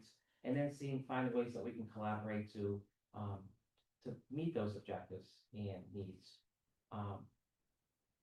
I think finding inclusive ways that we can reach everybody and looking at different parts of the community that might be underrepresented that we can focus on if I was worthwhile part of the conversation. And to that end, I think, when we're talking about outreach, hearing from other community groups and maybe what their needs are and what they're looking for our local government is so important.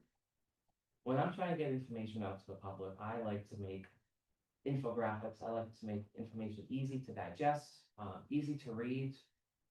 I kind of like to grab folks' attention and just make it as simple a read as possible. Of course, we can always do lots of backup if you want to do your own research. Bless you. So I think that's, utilizing social media, technology, but I always like to look at all the different platforms that we can reach folks to. There's so many things available to us now. I was reading how you've done so much work to have your city council meetings be hybrid, so you can have the Zoom option. So I know we have local cable here.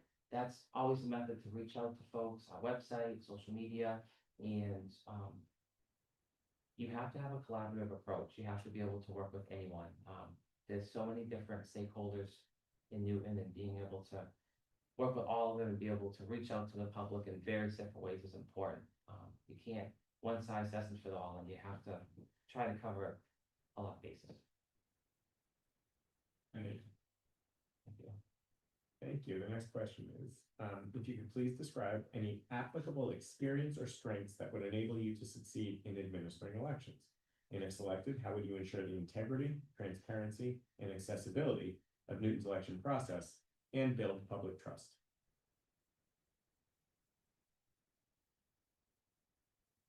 It was transparency, accessibility. Could you repeat the last one? Building public trust. Public trust.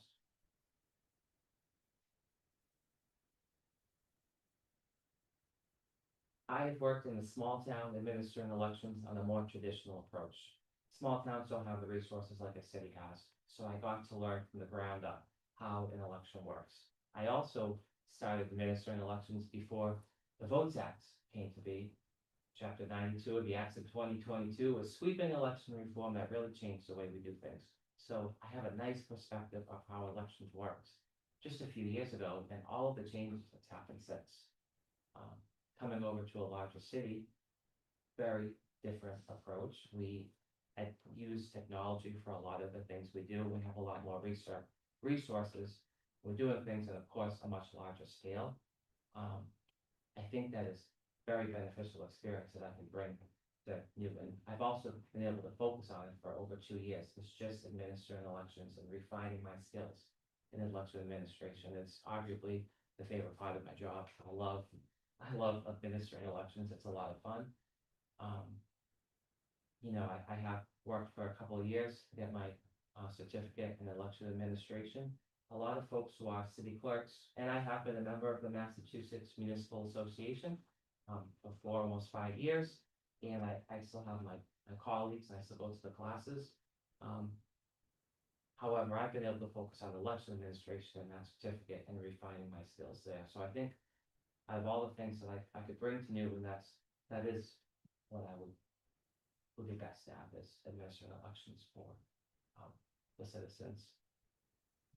Transparency in elections. First, information has to be accessible and easy. It has to be easy for folks to find. The basics. When's our elections?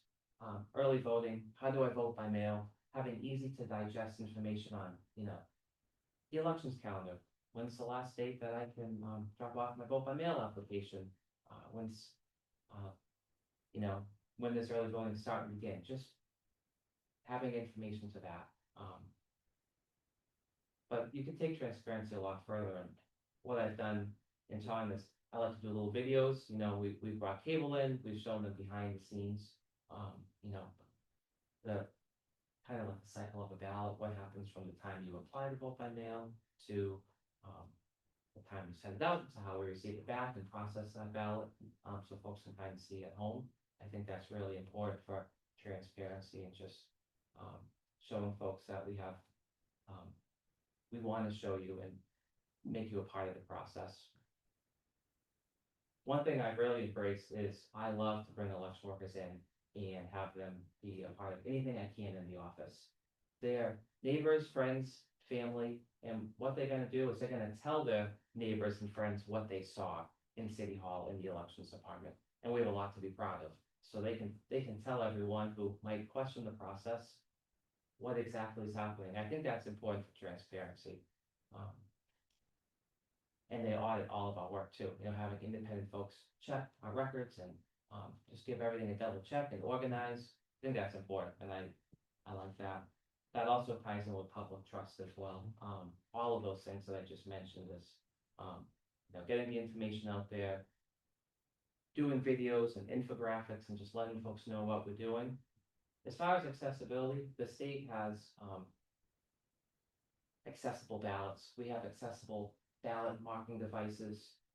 There are options for our voters with elections. The problem is we gotta get the word out. If folks don't know that you can go to the polls and independently mark a ballot, it might prevent them from voting in person. And we want folks to know that you can do that independently. If folks don't know that vote by mail is no excuse, meaning that if you have a disability, you wanna vote by mail for any reason, you're not signing that you have a reason. It's your right to vote by mail. Getting that information out to the public is so important. So although the state has these things in place, we also have, thanks to the Votes Act, an online portal. So you can, if you have a screen reader or some other disability at home that prevents you from getting a vote by mail ballot or independently marking a ballot, you can actually vote right on your computer with an accessible ballot. There's a portal for that, but if folks don't know about it, what's the use, right? So as city clerk and as your chief elections officer, you really have to champion that and get the word out. So I think keeping those things in mind.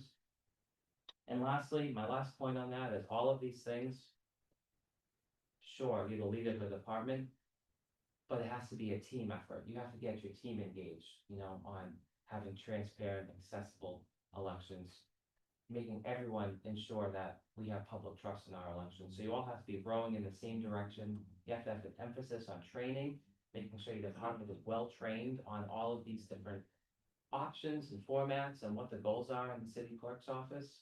I think that's really important too. So you're the leader of the department and you need to make sure these things happen, but you need to empower your team members and really work with everyone in City Hall to make sure that we're meeting these objectives. Councilor Malachi. Thank you. Newton is committed to continuous improvement, and we are focused on how we can leverage technology today and in the years ahead. Discuss your thoughts on technology integral to the work of a city clerk, and share examples of how you have used technology to modernize operations or engagement in your career thus far. I agree. It's clear that Newton does have an emphasis on technology, and I see that the city clerk has done a lot of work to that end. I see that they're working on getting their dog licenses online and many of the different city permits. Their census, you can apply online for if you have no changes, which is rare in the state of Massachusetts. So you guys are a leader in the city clerk's office for technology already. So kudos to those folks working there currently and in the past who have made those things happen. But being in a city clerk's office, of course, you guys are doing everything on scale. I saw that the number of birth records at Newton Wellesley Hospital, you guys are doing a large scale of vital records and I know you have a docket tracking system for your meetings. I know you guys do so many meetings for various committees. So it's really, really important to have technology in the city clerk's office, and you guys are doing that really well. One example of technology that I brought to the city of Taunton is I advocated for using ARPA funds to have a DS450 ballot optical scanner. It's a high-speed scanner. I don't know if you guys have one here. I couldn't find that, but I wouldn't be surprised if you do. And so we brought that into the city of Taunton for the first time ever. And we got to use that for the federal election cycle last year. And what that does is a few things. It's more transparent for the voters, in my opinion, because they can get results quicker. You can tabulate those, you can scan those votes in advance, those ballots. You cannot tabulate them until the closing polls on election day, but you can do the scanning part in advance. So folks waiting for results at the end of the night can get that quicker. And it's also an election security, huge plus, because those ballots aren't leaving City Hall to travel to your 32, in time it's 15 polling locations. They can stay right there, so putting an investment in technology to have, a really state-of-the-art piece of election equipment to get results quicker to our voters and to have those ballots never leave City Hall was a huge advantage. Another thing that I saw was my first election, folks waiting for results kind of, and it's spirit of democracy, I love it. Everyone kind of hangs out at the city clerk's office waiting for results. And I thought, well, this is nice, but the folks closest to my desk, they're gonna get the results first. Folks farther away, waiting for paper to hand out, like, there's gotta be a better way.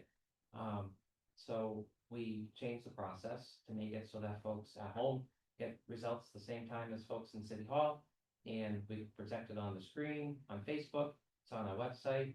And what we did was we worked with cable, and we brought our IT department into the elections office on the close polls of election night. And that machine that tabulates the results and compiles it all is off of any network in the city. Will be the same here, of course. And so there's no easy way to get it from that separate system onto a screen in a readable way. So we had to work with IT to be able to scan it, and get it onto so many different platforms, because we wanted you to be able to get it on cable, social media, on the website all at once. And that was just something that I wanted to do, so folks can know results quicker and have, I thought it was only fair to folks that they should all get the results at the same time. And that was really the goal, no matter where you are or who you are. If you get in the unofficial results from the elections department, it's fair game, you're all getting it at the same time. So that's something we've been able to do now for 2 years. It's worked out great, and it's just a new standard, and super proud of that. Councilor Farrell. Thank you. This position is responsible for managing and leading a staff of about 16 union and non-union employees, along with additional part-time staff, seasonal staff, and volunteers.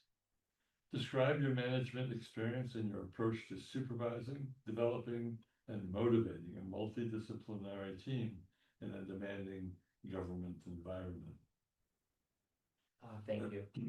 Currently, in my role as Director of Elections, I have one Assistant Director of Elections who's part of a management union, and I have 3 full-time staff who are part of a clerical union. We have about 140 to 150 election workers who, as you know, are, it's a 1-year appointment, they're seasonal per diem staff.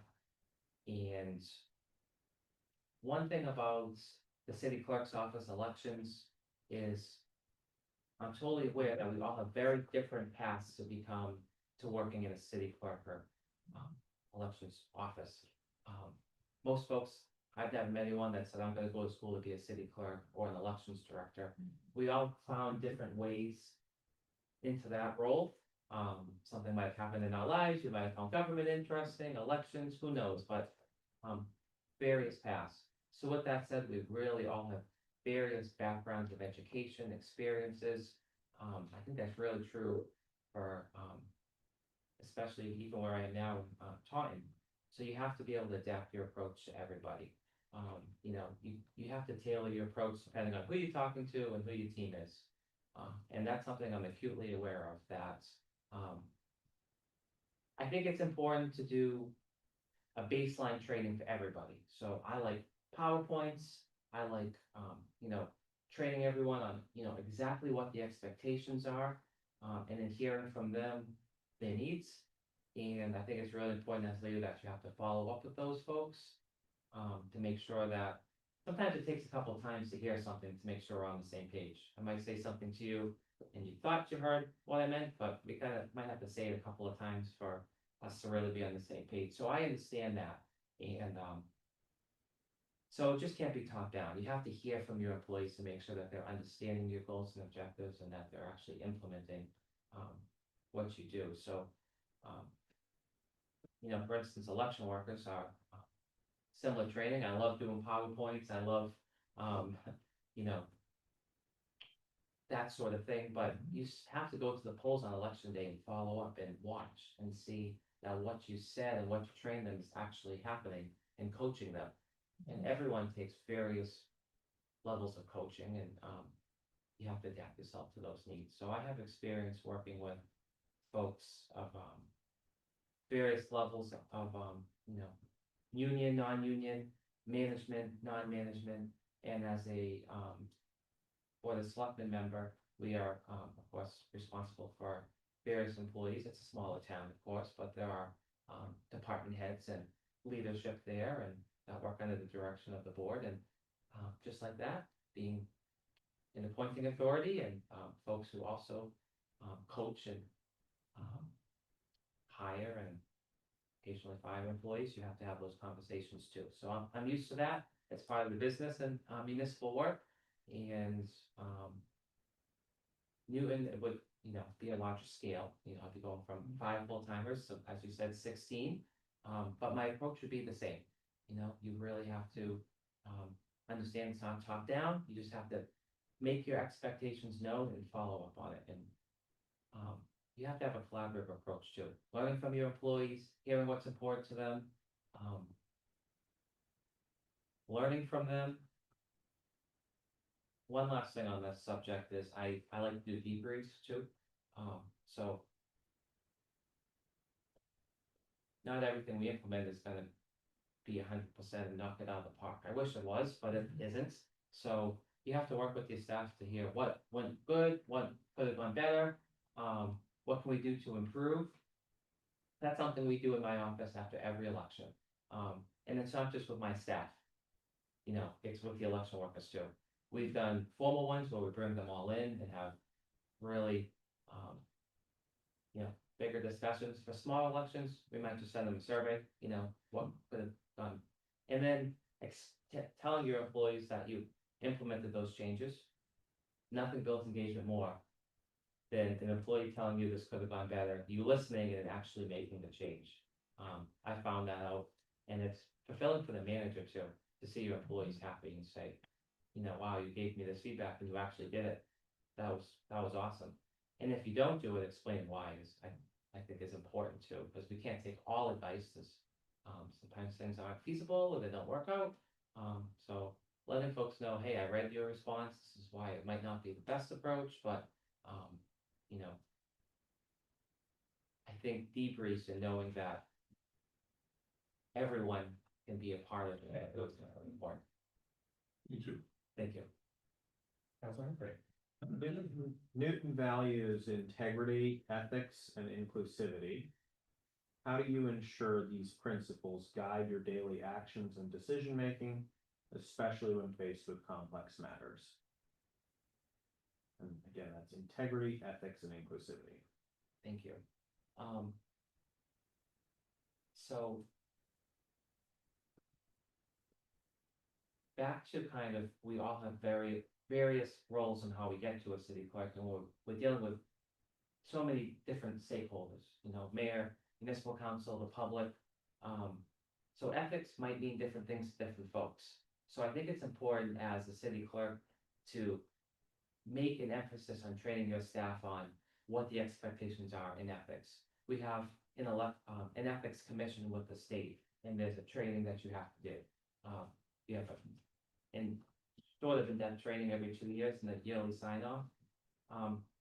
So don't just have your employees take tests and don't talk about it. You should have conversations with your staff and talk about the importance of ethics. I took it a step further and taught, and we have a code of conduct for our office and all of our election workers. But in that code of conduct, we cite ethics, parts of the ethics law that it directly relates to our office. One that stands out to me that's really important is being an elections administrator, an elections worker. You have to choose between publicly displaying your support for a candidate and participating in decisions that might impact that candidate's election, right? Becoming elected. That might not always be clear to folks in the office or election workers.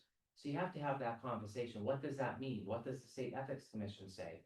Of course, we're not lawyers and you always should call ethics for questions, but just giving the baseline and, making folks aware of it is really important. So I think that's important.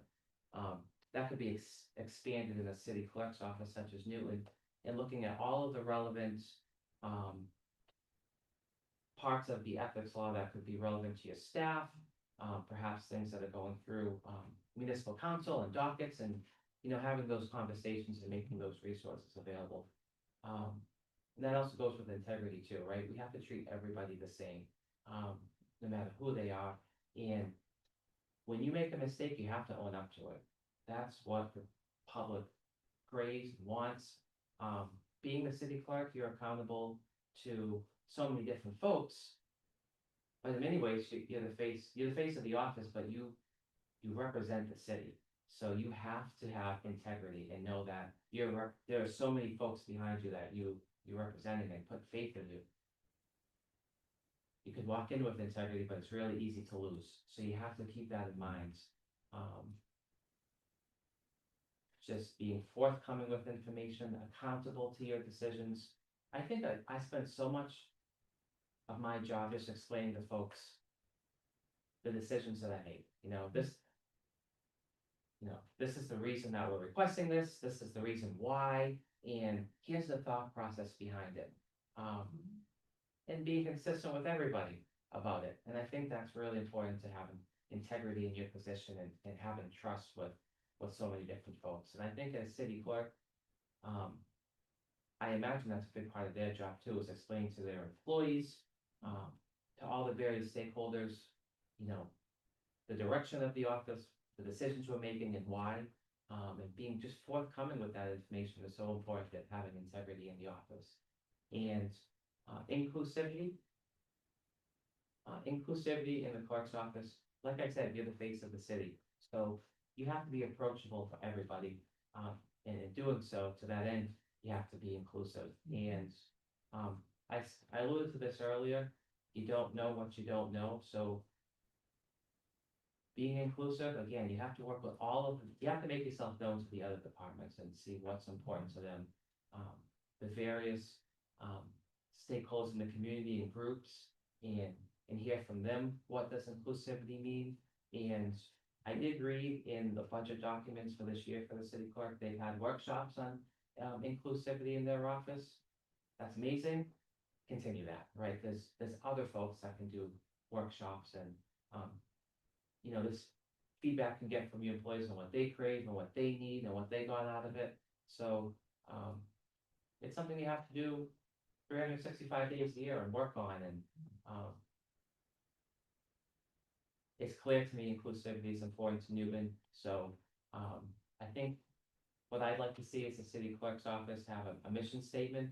I saw a mission in the budget docs, but I didn't see anything on the website. But building that in, to your office, all of these things. A lot of things we do is black and white. It might be an ordinance, it might be a mass general law. But sometimes it's not. Maybe if you're working on a policy or SOP and you're trying to decide which way to go. I find looking at my mission statement that we crafted in my office sometimes helps. Does that fall within the mission statement? Is that the direction we're trying to go? So I think building these things into something that's front and center in your office is important. Thank you. Thank you. Great, thank you. So that brings us to the end of the formal questions that we've asked everybody. I'm going to open it up, see if there are any counselors who have either follow-up questions or additional questions that came up, which will include any counselors online. We do have a few minutes left, so we'll do that. And then we'll wrap up. So is that Councilor Grossman? Any question? Councilor Yes, Grossman? thank you. So, in one of your interviews, we asked you to reflect on your career and to describe a pivotal moment that fundamentally shaped how you approach leadership. And you shared an anecdote that I found really interesting and was wondering if you would be willing to share that with this group. Okay. I remember that conversation and being so I said directly out of college, I worked retail, and so newer to management, and thought I was really, really good at what I was doing, put it in tons of hours, you know, we've worked in all different types of stores, high-end stores, stores in good parts of cities, bad parts of towns, you know, and I thought I was doing a really good job. And I had an employee who, he had sodas, and he wanted to, he had soda, he had to fill soda on the shelf, you know, retail store, and, you know, someone has to stock the shelf, so that was his job. And, so he came to me, I don't know what the type of soda was, but let's say it was a Sprite, and he said, I can't find where this goes on the shelf. And I said, okay, so we went over, and I said, let's look at the empties, you know, the parts of the shelves with no soda. And, you know, first empty, is that Sprite? No. Second empty, is that Sprite? No. Third one, is that Sprite? Yes, okay, so that's where the Sprite goes. So I would follow that when you're looking to fill outs, you know, on a shelf, and, turned out that that employee kind of felt embarrassed by it. So much so that they didn't go to me, they went to, my supervisor. And I remember feeling kind of hurt, like, why didn't the employee go to me? And I took it a little personally. Cause I thought I was just trying to explain to them what the out was. So that definitely shaped my career, that, some of the things I talked about today, you have to adapt to different, employees. But also as a leader, you can't take it personally, because it's not about you. This was something that was really important to the employee. They came to the manager, they wanted to do a good job, and, they had uncomfortable feelings associated with it. So that shaped me, just realizing that, maybe you can't come off so strong with certain folks, you have to adapt, you know, and, there's certainly other ways that you can fill outs on the shelf versus that conversation, so. I never forgot that, and it definitely has shaped my career. Thank you. All right, seeing no other questions, oh, Council Baker. So you obviously bring great strength from the elections office, but this is a role that involves city councilors, which you had an elected official role yourself. And this is an unusual situation that we combine the city clerk, the elections office, and the clerk of the council all in one. So what would you say to us and our colleagues who say, look, we can understand that you can help us manage our election office very well, but what about having confidence in you to do the other roles equally well? Thank you for the question, I appreciate it. This is my chosen career, this is what I chose to do. I'm doing elections now, I was a municipal clerk, this branch of government is my career. So I bring that to the table, and you can train folks on the different aspects of the job, but you can't train them to care and love it. You know, if you love what you're doing, you know, we all know you don't work a day in your life. So I love municipal government. I'm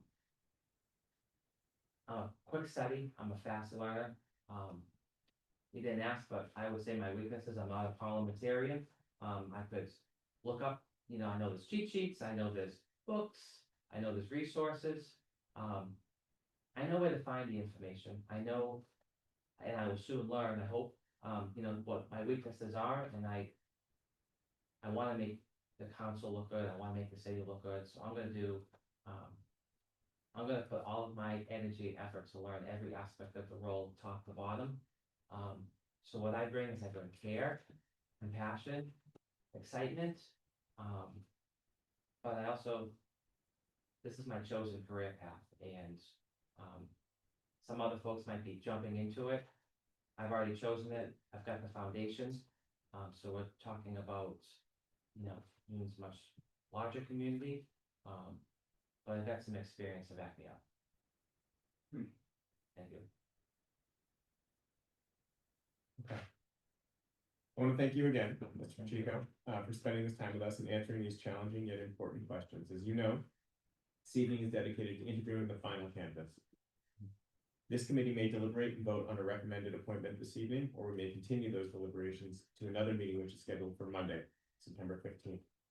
The Human Resources Department will stay in touch with you following today's meeting. So with that, I want to thank you and welcome you to share any closing remarks with the committee before we wrap up. Thank you. I want to thank you for having me this evening. I want to thank Michelle and all the counselors who made it a very enjoyable experience. I want to leave you with, I just found the more that I've learned about Newton, you have a lot of good things going for the city. It's something that I can see myself excelling in, and I think I have a lot to offer to the community. I talked a lot about elections, but I think the whole role of, I think the challenge of city clerk and clerk of committees is, I think it's a really big task, and I would be honored if I was your chosen candidate to help bring that, your department forward, and to continue to work with you guys, because everyone I've met has been fantastic, so just want to say thank you and look forward to talking in the future. Thank Thank you. you. Thank you. Thank you so much. Thank you. Thank you. Thank you. Thank you. Have a good night.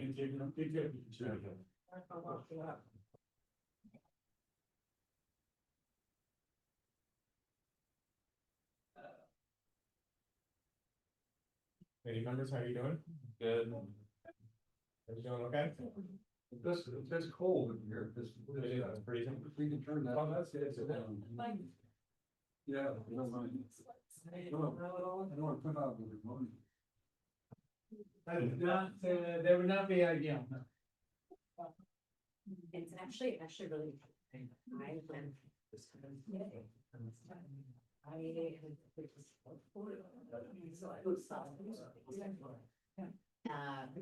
But Do we know? at 9 o'clock. Here. 5. If my name spells forward all summer long, waiting for me to complete my classes. So today I took it down from 10 to 9.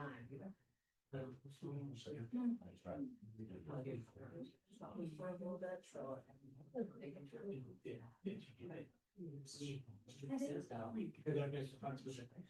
Yeah, it's every week that for 74.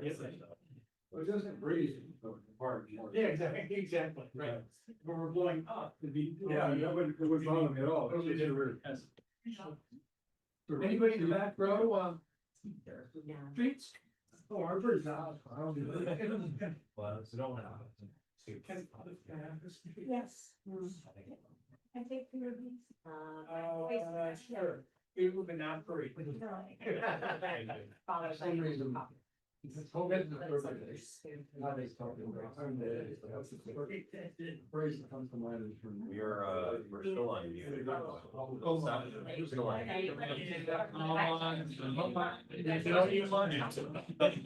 I do. John Bill, I think I'll have to.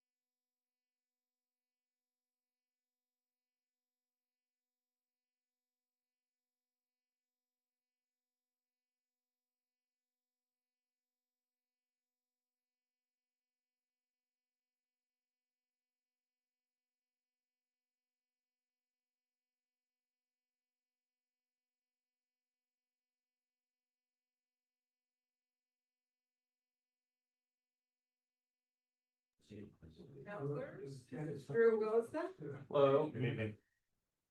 Stephen Farrell. Nice to meet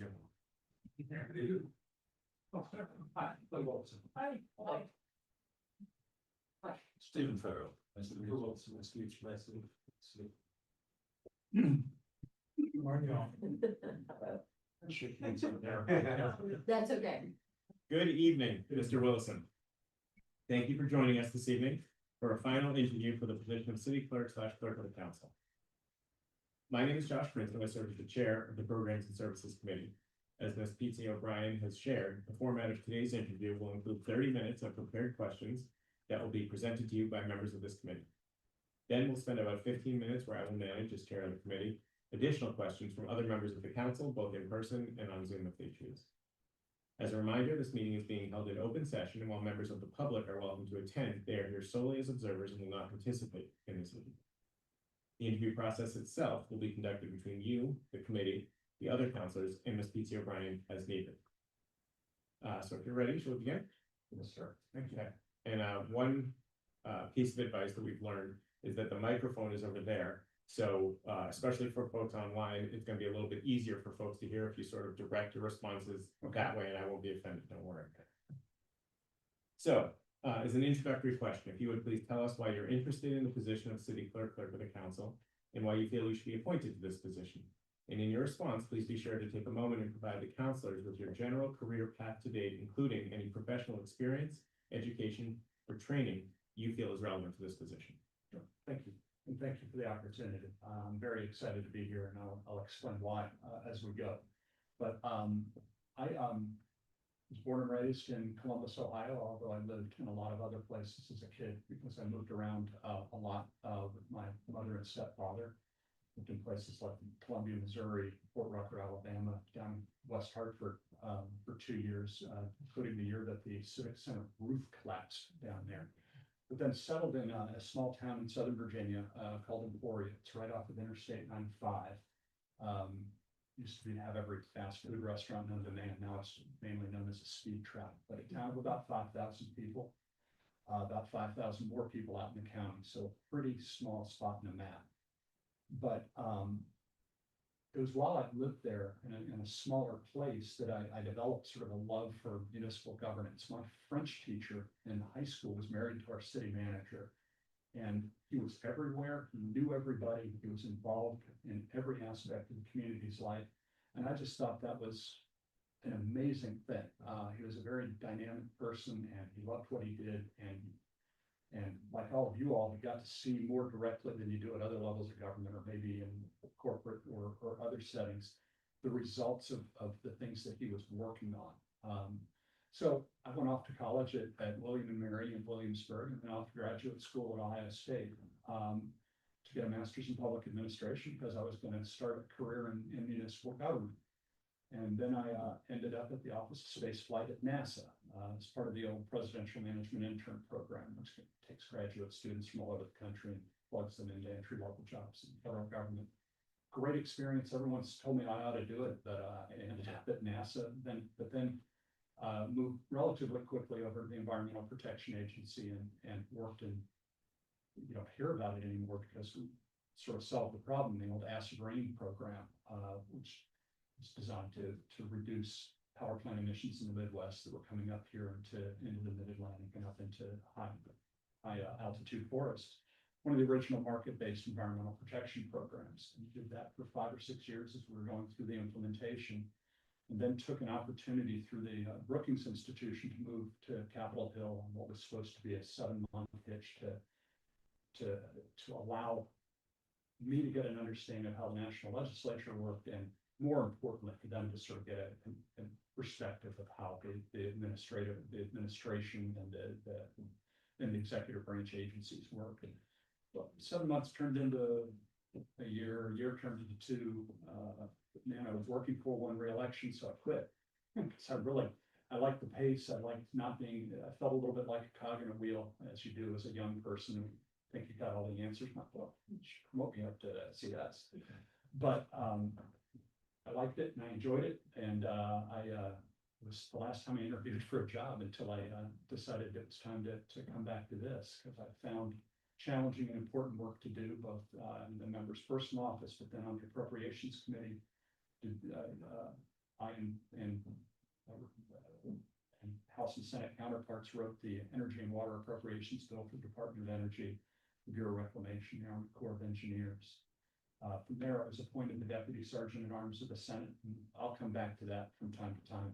Actually, probably quite a bit this evening, because if there's a comparable thing in the Senate to a municipal government, it's probably that. It was the entire non-legislative, completely nonpartisan back of the house operation, everything required to keep the national legislature and all the visitors, all the members, all of the staff moving to the extent that was the will of the senators. I'm not going to take the hit for some of the dysfunction that we're all seeing nationally right now.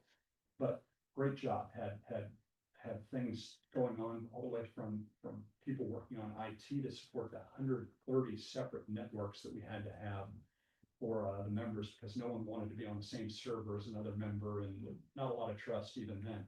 But down through things like safeguarding security, I was chair of the Capitol Police Board some years later when I became the Sergeant at Arms of the Senate, of facilities, grounds,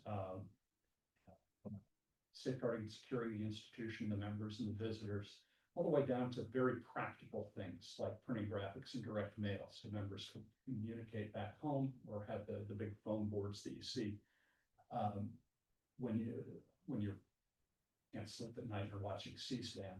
But down through things like parking in the badge office, again, all of the things that you need to sort of keep what I always thought of as, because I thought of things in terms of being city manager or working in a municipal government, that's all the things you needed to keep a small city of what could be difficult constituents running. And on a good day, we were doing everything right. People barely knew that we were there, which I felt meant we were being very successful. So when then the last thing I did before I retired from the federal service is I was my boss's chief of staff for the last 2 years, more or less when he made a decision to retire and just wanted to get things done. I'm not a campaign guy, so I would have been a bad chief of staff when he was coming into a re-election cycle. So when he hired me, I think I knew before anybody else that he was retiring. So from there, I went in as a named partner in a DC law firm that does DC kinds of things, lots of regulatory work, lots of press communications, lobbying, and a lot of consulting on how to put together programs that had some hope of getting through the legislative process. And enjoyed that up to a point. When the other named partner, who was the managing partner at the time, died, we redid our comp structure. We restructured the way things did to give people the opportunity, as people in DC do. They like to come in and out of government. They like to come in and out of nonprofits. I went and actually spent a year in-house with a very good client, the National Fish and Wildlife Foundation, which is, they do the grant making for the Department of Interior and NOAA and other places, because the federal government is good at spending money, but they're not good at doing competitive grants. It's a little too micro for the way they think. So this is after the big infrastructure bill and some of the other pump priming exercises during the Biden administration, and they wanted to make sure that they were getting, this sounds crass, their fair share of the money. So we were able to take that from $350 million in a year before I arrived and before these bills passed, it wasn't all my brilliance, to $700 million in 2 years that I was there. From there, got married along in there somewhere. My wife has been a 2-time nominee and a 0-time confirmed appointee to the federal government. So we decided we were going to do something different when she was parked at NOAA while she was getting ready for confirmation to the State Department as the Assistant Secretary of State for Oceans. So she was there on January 20th, and then NOAA went away on the 21st. So we both decided we wanted to do different things with our lives. She was just named the new state director for the Massachusetts chapter of the Nature Conservancy. So we decided to move here, and I decided it was high time I was going to do it, that this was the time to come to municipal government. And this struck me as a perfect opportunity. It's not a very small place. It's a complicated place. It's a beautiful city, and I love these little neighborhoods. I keep getting lost when I drive around because they don't really say what the neighborhood is, and I turned the GPS off and I ended up in some unusual places that I don't believe are in town. But if there are a couple things in my career, and I realize this is a long answer to a relatively short question, is that I believe in a government. I think people want and need and desire a government that works despite all of the noise. And what I've brought to most of my positions is sort of a fierce dedication to customer service, that people come to us in this environment, a federal environment, or anywhere in any other level of government, they have a right to expect that they're gonna be heard, and that we're gonna do the very best we can to get them the answer they need, get them the thing, the permit, or whatever they need, without regard to how pleasant they are when they come through the door, without regard to how silly the request may be. They pay taxes in town, so the customer service aspect of this, and I assume it's very good here already. But you'll hear me come back to how important I think it is for people to know that they can come here to this level of government, and without a lot of muss and fuss, are gonna get the things that they need.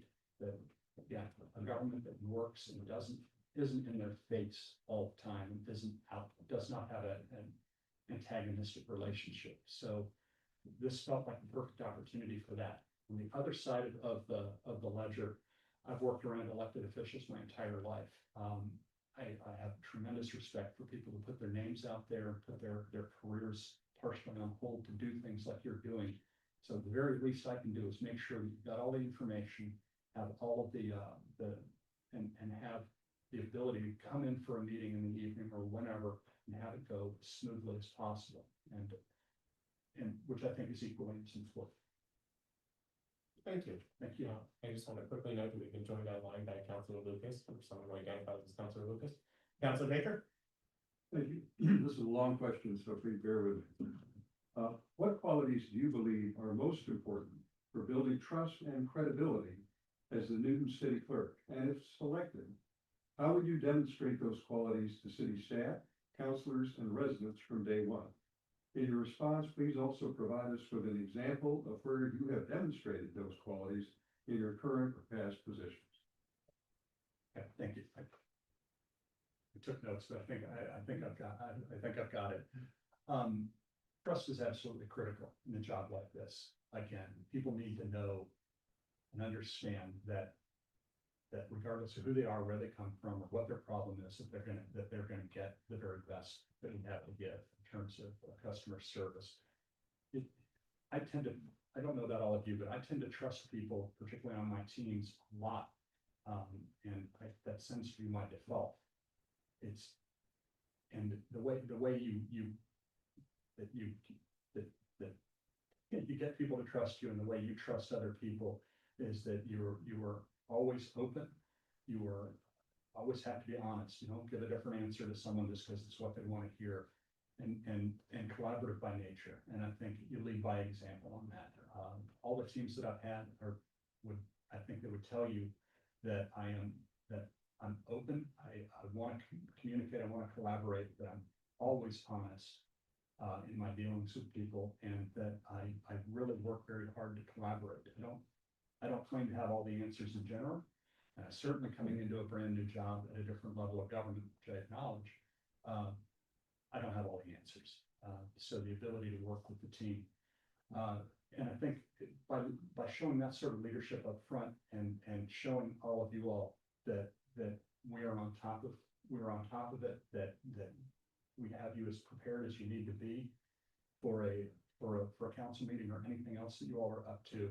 And by making sure that everyone is being treated equally, regardless of seniority or anything else, I think people can see and feel that.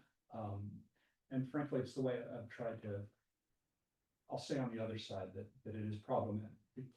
Once you lose trust in a public setting, it's gone. It's impossible to get back, particularly in a sort of a tricky time in our nation's history right now, where everyone has less trust than they used to in institutions, be it government, be it their church, be it other social organizations that there's a lot more information out there, but there also is enough misbehavior to get people upset about it. So it's important in every interaction to absolutely show that you're trustworthy and reliable. In terms of the public, that's the way you operate, and I think, but also in terms of the staff, if they feel trusted, if they feel heard, I've always found that people work harder, they work better, and they're more inclined to work with others. In terms of things from my career, having worked in both Senate, as a Senate leadership person, where my role was sort of, my boss's sort of designated deal maker. Yeah, 40 or 50 people throw bombs at members at the White House or whatever, but when it came right down to it, because he was the Democratic leader, to the extent there was going to be a deal, in the modern times, it's all done at the leadership level. So the ability to not only have and keep his trust, which I did for over 20 years, but also to have relationships with people who I've got to negotiate with. And part of that is always being open and honest and being willing to listen and take what they want. You know, it's sort of on me to make sure I knew what they wanted more than they did in terms of a negotiation, but also tried to be fair in those negotiations, because you've got to go back to the same people year after year after year. So it's always very careful to be honest about what I had to have and to do my very best to make sure that people who needed something on the other side of the table were able to walk away from it. I'm not the extent, I don't know that, I mean, there'll be certain things that I would need to negotiate in this position, but I don't believe in taking everything off the table, that everybody's got to walk away with something or they don't want to come back to the table. So that is, there's no substitute for the legwork and the time and effort that takes to make sure you're behaving that way and in a way where people go, he's a pretty straight shooter. We can go back to him. We can have a conversation about this. And I think that's true of just about any occupation. Thank you for that. This position is unique because it combines the duties of city clerk, such as managing vital records, the census, record keeping, and elections, with supporting 24 city councilors and overseeing complex legislative workflows. Would you please describe your experience bringing effective communication and collaboration to a large, diverse group of decision makers or advisors? As you might imagine, I've done some of that. My people are here. And might I say that there are an awful lot of, well, 24. What are you trying to say? I'm saying it's 25% of what I used to do. You know, I think I've already sort of touched on this, is all of this is tricky because there's so much publicity and other things that go into it. But again, having an understanding that at the end, that when all is said and done, that something has to work, that the ability to sort of talk and communicate, collaborate, not only with the members, staffers that are in it, and to a certain extent with members. One of the privileges of leadership is that I was the chief of staff that was allowed to have interactions sort of with anybody I needed to, which is a little unusual.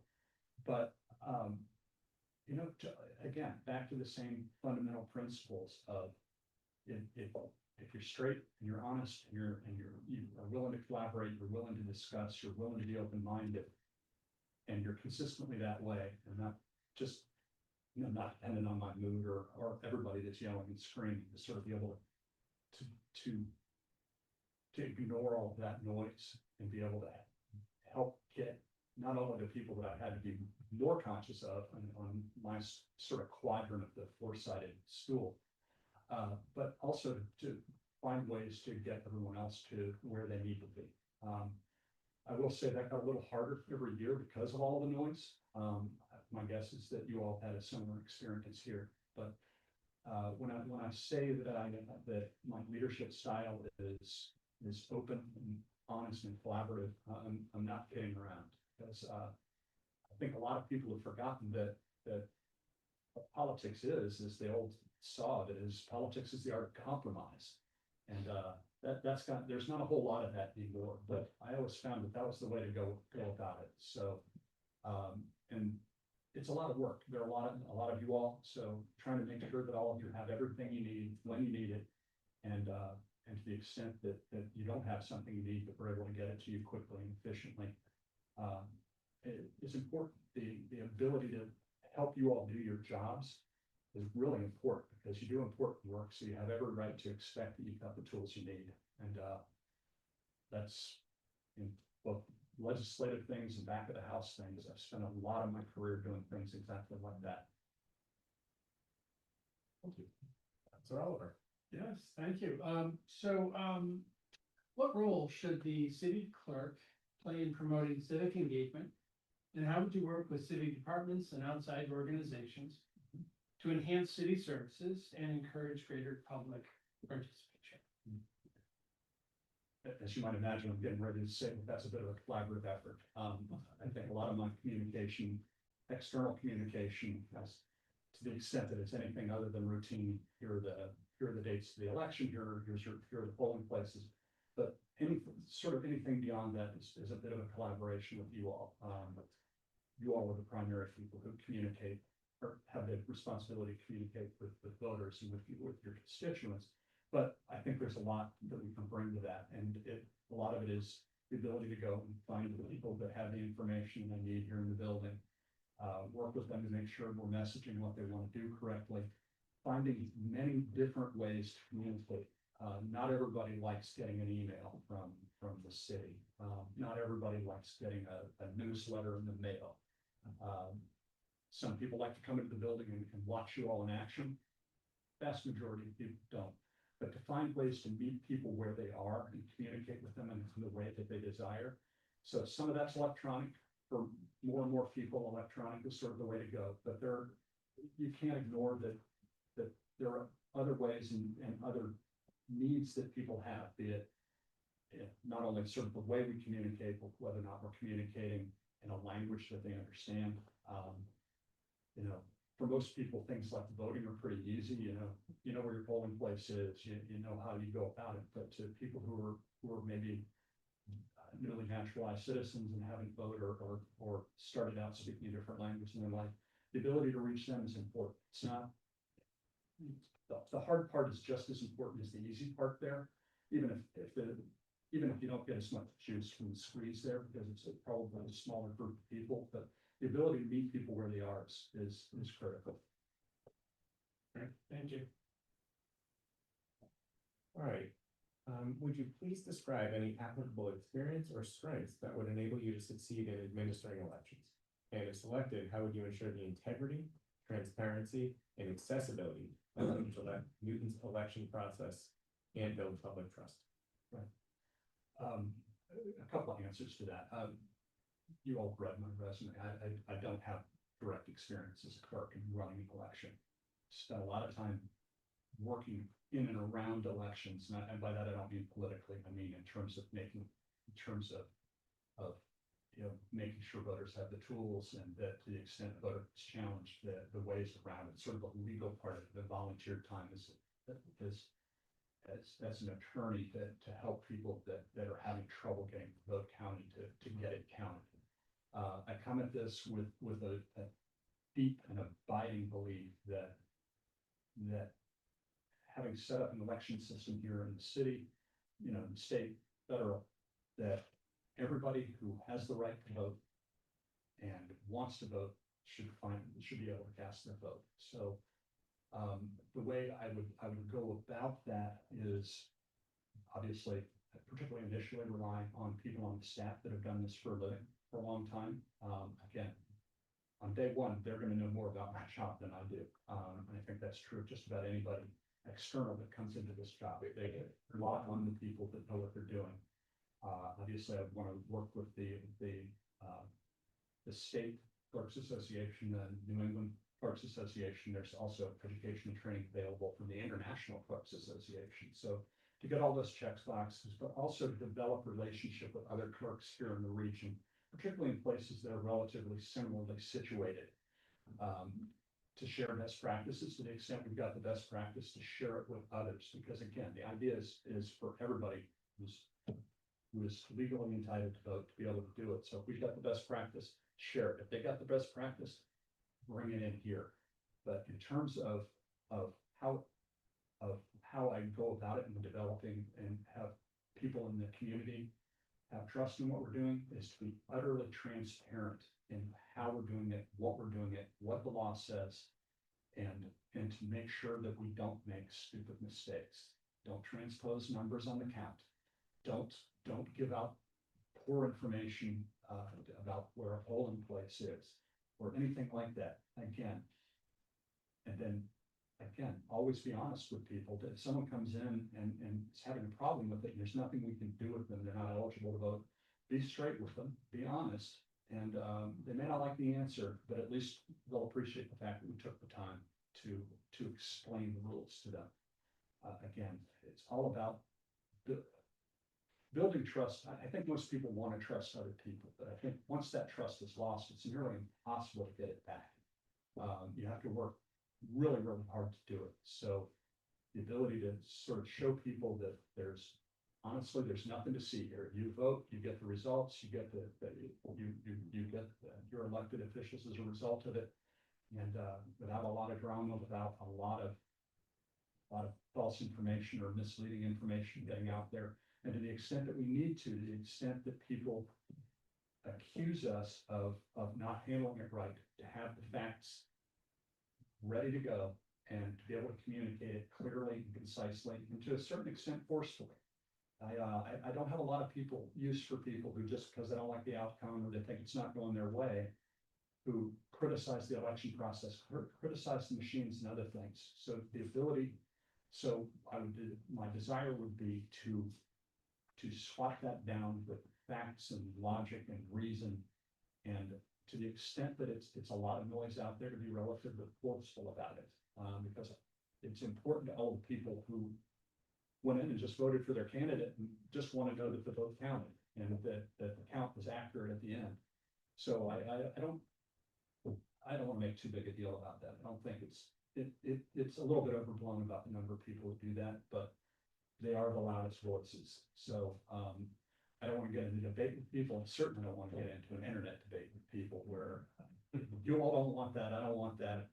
But it's important to have the answers, to be honest. And if God forbid we make a mistake, that we clear it up, are completely transparent about what happened, why it happened, why it'll never happen again. Thank you. Councilor Malky. Thank you. Newton is committed to continuous improvement, and we are focused on how we can leverage technology today and in the years ahead. Discuss your thoughts on technology integral to the work of a city clerk, and share examples of how you have used technology to modernize operations or engagement in your career thus far. Sure. Technology is a great tool. It's not a substitute for having good policies, good procedures, and ways of doing things, but they do help with accuracy. They do help with in many cases with ease of, particularly with things like voting, of doing tallies, counting votes, and other things.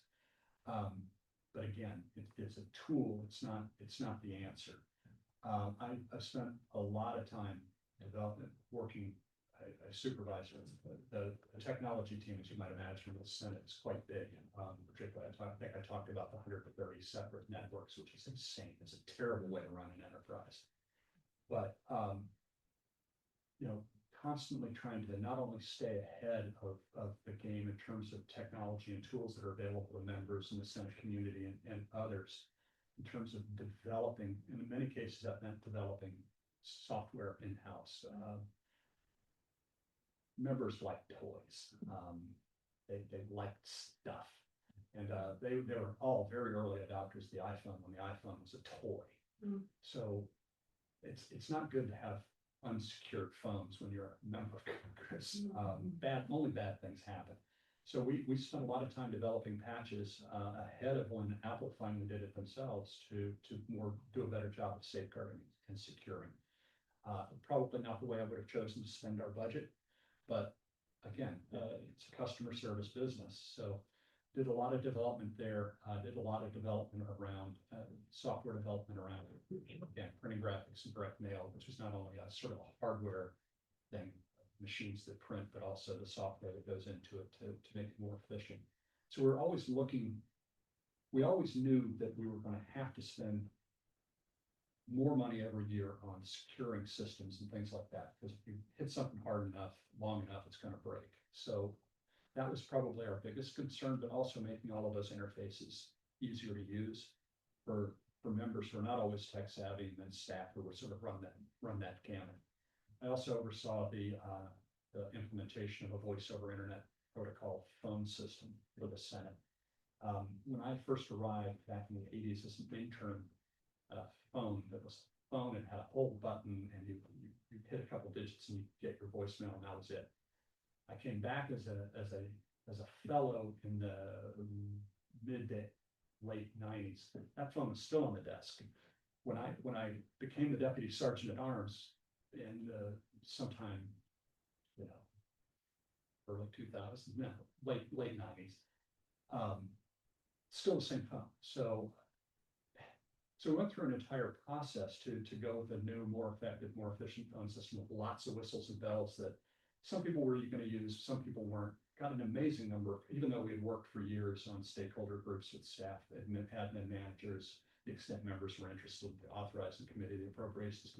I got an amazing number of calls going, I just want to be able to pick up the phone when I answer. Where are all these other phones? But that wasn't the main reaction. Most people needed the tool. So it turned out to be a very good investment. In terms of how I bring it into play here, is that I hate to be the first one to adopt any sort of software. Because there are always going to be problems with it. This is a relatively large community here. So I wouldn't want to be the first adopter, but I would want to follow best practices from colleagues and other people in the business that have had great success. And a lot of that goes back to sort of my collaborative nature, where I'd want to go and find out what other people are doing, national conferences and other things to make sure that if all of us collectively, because it ultimately is your decision if you want to go to a different voting machine system or something like that, to make sure that I've got all the information I need to make sure I can make either a recommendation or put several options in front of you, all of which I have great confidence are going to work. That kind of change is very difficult. So when it came to things like sort of cutting edge technology, we really try to be very careful and to make sure we work with everybody who had a hand in it or a desire to be in it or needed to be in it, to make sure we weren't going off completely in the wrong direction. So I think you'll find that to the extent it's helpful to our office to upgrade software systems or hard, machines themselves, or the tools that we have available for you all to use to be able to do your jobs, that it won't happen. It won't be a flip of a switch. It'll be a long conversation with lots of different input, and to make sure that we're not doing too much, too little, according to what you all thought we were going to get when you asked us to go take a look. Thank you. Sure. Councilor Farrell. Thank you, Jay. Thank you. This position is responsible for managing and leading a staff of about 16 union and non-union employees, along with additional part-time staff, seasonal staff, and volunteers. Describe your management experience and your approach to supervising, developing, and motivating a multidisciplinary team in a demanding government environment. Do you mind repeating the first part of the question? No, I don't mind at all. This position is responsible, that part? Yeah. The part right This after that, I think is position- probably more critical. This position is responsible for managing and leading a staff of about 16 union and non-union employees. Yeah, that was the part. I think I thought there was going to be a period at the end of that. I'll do both. In terms of unionized employees, I have negotiated 2 different union contracts with our federal unions are a little unusual because you can't negotiate about some of the things that everybody really wants to negotiate about, primarily money. But lots and lots of other things in terms of working conditions. We had unionized workforces in the recording studio where members can do radio feeds, TV feeds, or make videos, and pretty high tech operation actually. As the deputy, negotiated the initial contract with that group of people. No problem with sort of with allowing them to form the union. We felt it was the right thing to do. So that one was trickier just because it was brand new. negotiated a subsequent agreement with our facilities workers, which is one of our bigger staffs. We had, our workforce ran from sort of super high-tech people to a lot of white-collar folks doing those sorts of things, and then, but a lot of blue-collar folks as well. And that team was very big, because they did all the furniture moves, they took care of the Capitol, they helped do office moves after every election, when everybody goes, I want better real estate. So that one wasn't as difficult.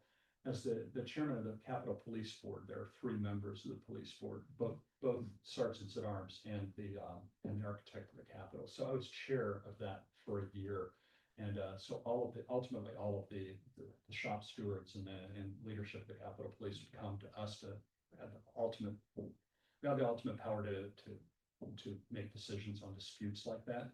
They didn't often make it to me, but when they did, they tended to be complicated ones. So, but no, so I don't have any particular issue with doing any of that. I think most people want to be at least in the neighborhood or reasonable. That said, my wife and I just bought a house in Swampscott, and they haven't picked up our recycling. We've done an awful lot of boxes on the curb. So if things go wrong, they can go really wrong. So it's something that I really want to focus on to make sure I get it right. In terms of motivating employees, I think I talked a little longer about the union rather than motivating employees, because I've already talked to it a little bit, but the way I find to motivate employees is to trust them, to give them the tools they need to do the job, make sure they understand that they can come to you about things good and bad, and that it's, as long as they do it quickly enough and we can fix it, I don't have a problem with it. It's when I don't like to, I doubt any of you really like being surprised, other than maybe on your birthday, and I don't like even being surprised then. And I've got a big one coming up, so, and I know something's afoot. But just because my wife is being sneaky, and she's not good at being sneaky. But I find that if you don't just say, hey, look, we're all part of the team here, but actually act in a way that suggests that it's true. My tendency is to hire people. My goal is to hire people smarter than me, which is not as difficult as you might think. But more importantly, I like to be around people who think different than me, that have different life experiences than me, that come from a different background or different educational, just people who are willing to challenge me, or at least challenge my way of thinking. And I think there's no substitute for sort of the work involved in all of that, because it's pretty easy to sit behind your desk and go, my desk is bigger than yours. But to say you really are a partner in this, that I really do value your input, I am going to take it into account, and we're all going to work together to sort of come up with a recommendation. And then if I've got to make hard decisions at the end of that, then I'm not opposed to doing that. But to not let it sort of fester in such a way that that people feel like they really weren't heard. I think most people at work, and I'm this way, you want to feel like you're appreciated. You want to feel like you're being heard. We took, in the Sergeant at Arms office, we took employee satisfaction very seriously. We had a huge award ceremony every year. When I came in as the deputy, as a younger fellow in slightly better shape than I am, one of the privileges of being an officer in the Senate is that you can give Capitol Dome tours, which is pretty cool. Although I had a little bit of a fear of heights that I had to overcome for this, because it's 700 steps up, and there are some open areas up there that are frightening. But took any employee in groups of 7, took any employee who wanted to go up, took them up into the dome, gave me a chance to talk to people that I otherwise would spread out over 4 or 5 buildings, people that you don't normally wouldn't see that much. Took them up, gave them the history of it all, took a group photo, took an individual photo, sent them a follow-up note, and and I learned a valuable lesson from it. It felt like the right thing to do, but I got feedback for the other 6 or 7 years that I was there that they really appreciated it. I took a detour I'm from Columbus, to work for a nonprofit in Columbus for a year or so, and then came back and decided I was tired of the dome, and everybody had already done that. And sort of, when the Senate was out of session, did floor tours, because again, we have lots of employees that don't have a legislative function, who worked there for 20 or 30 years and had never been on the floor of the Senate. So again, finding ways to let people know, not only that you take them serious professionally, but that you're interested in them personally, it goes a long ways. And I find it much longer answer than I plan to give to the second part of that question. It's important. Everybody wants to come to work. a lot of people come to work and they spend 40 hours a week with their colleagues, which is more time than they spend with their husband, wives, kids. Least you can do is make it as pleasant as possible, even though you expect them to work hard.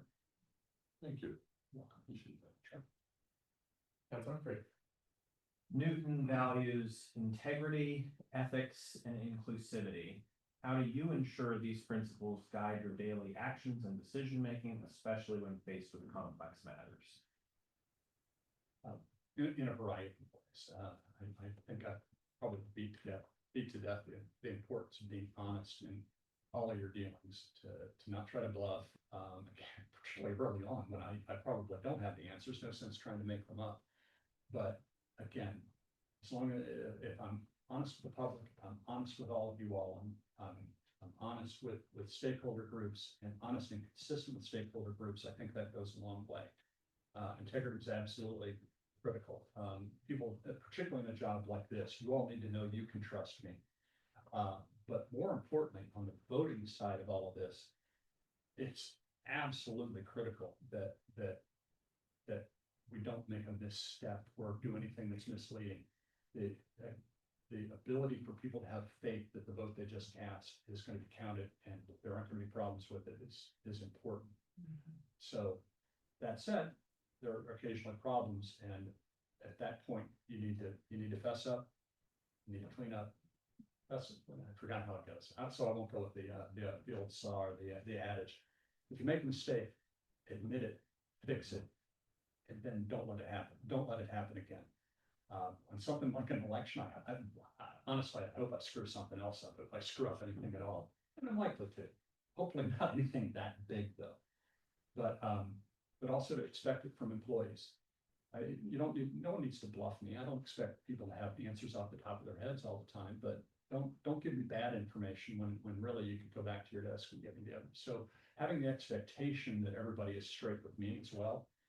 I'm not a jerk. I'm not a yeller. I'm not a screamer. I understand people make mistakes. Just come to me and tell me what's going on and we'll fix it. But if you've got a problem and you bury it, that's a different conversation with me.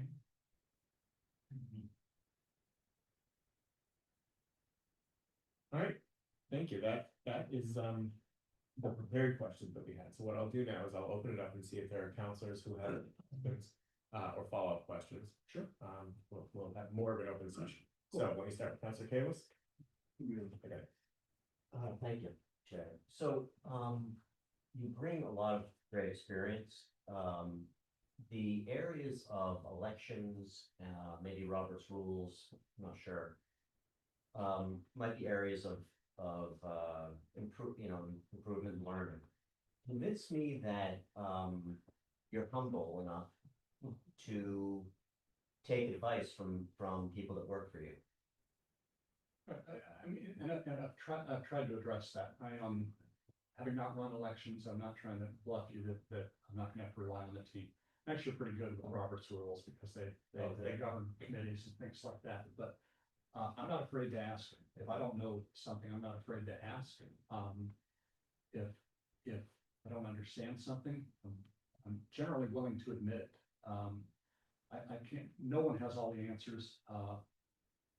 So, and there's no problem with, for example, a small example, I didn't completely understand the question. I was gonna ask them to repeat it, just rather than try and walk my way through it, but people also see that and they understand it, so there's no reason not to sort of be willing to say, I need some help here.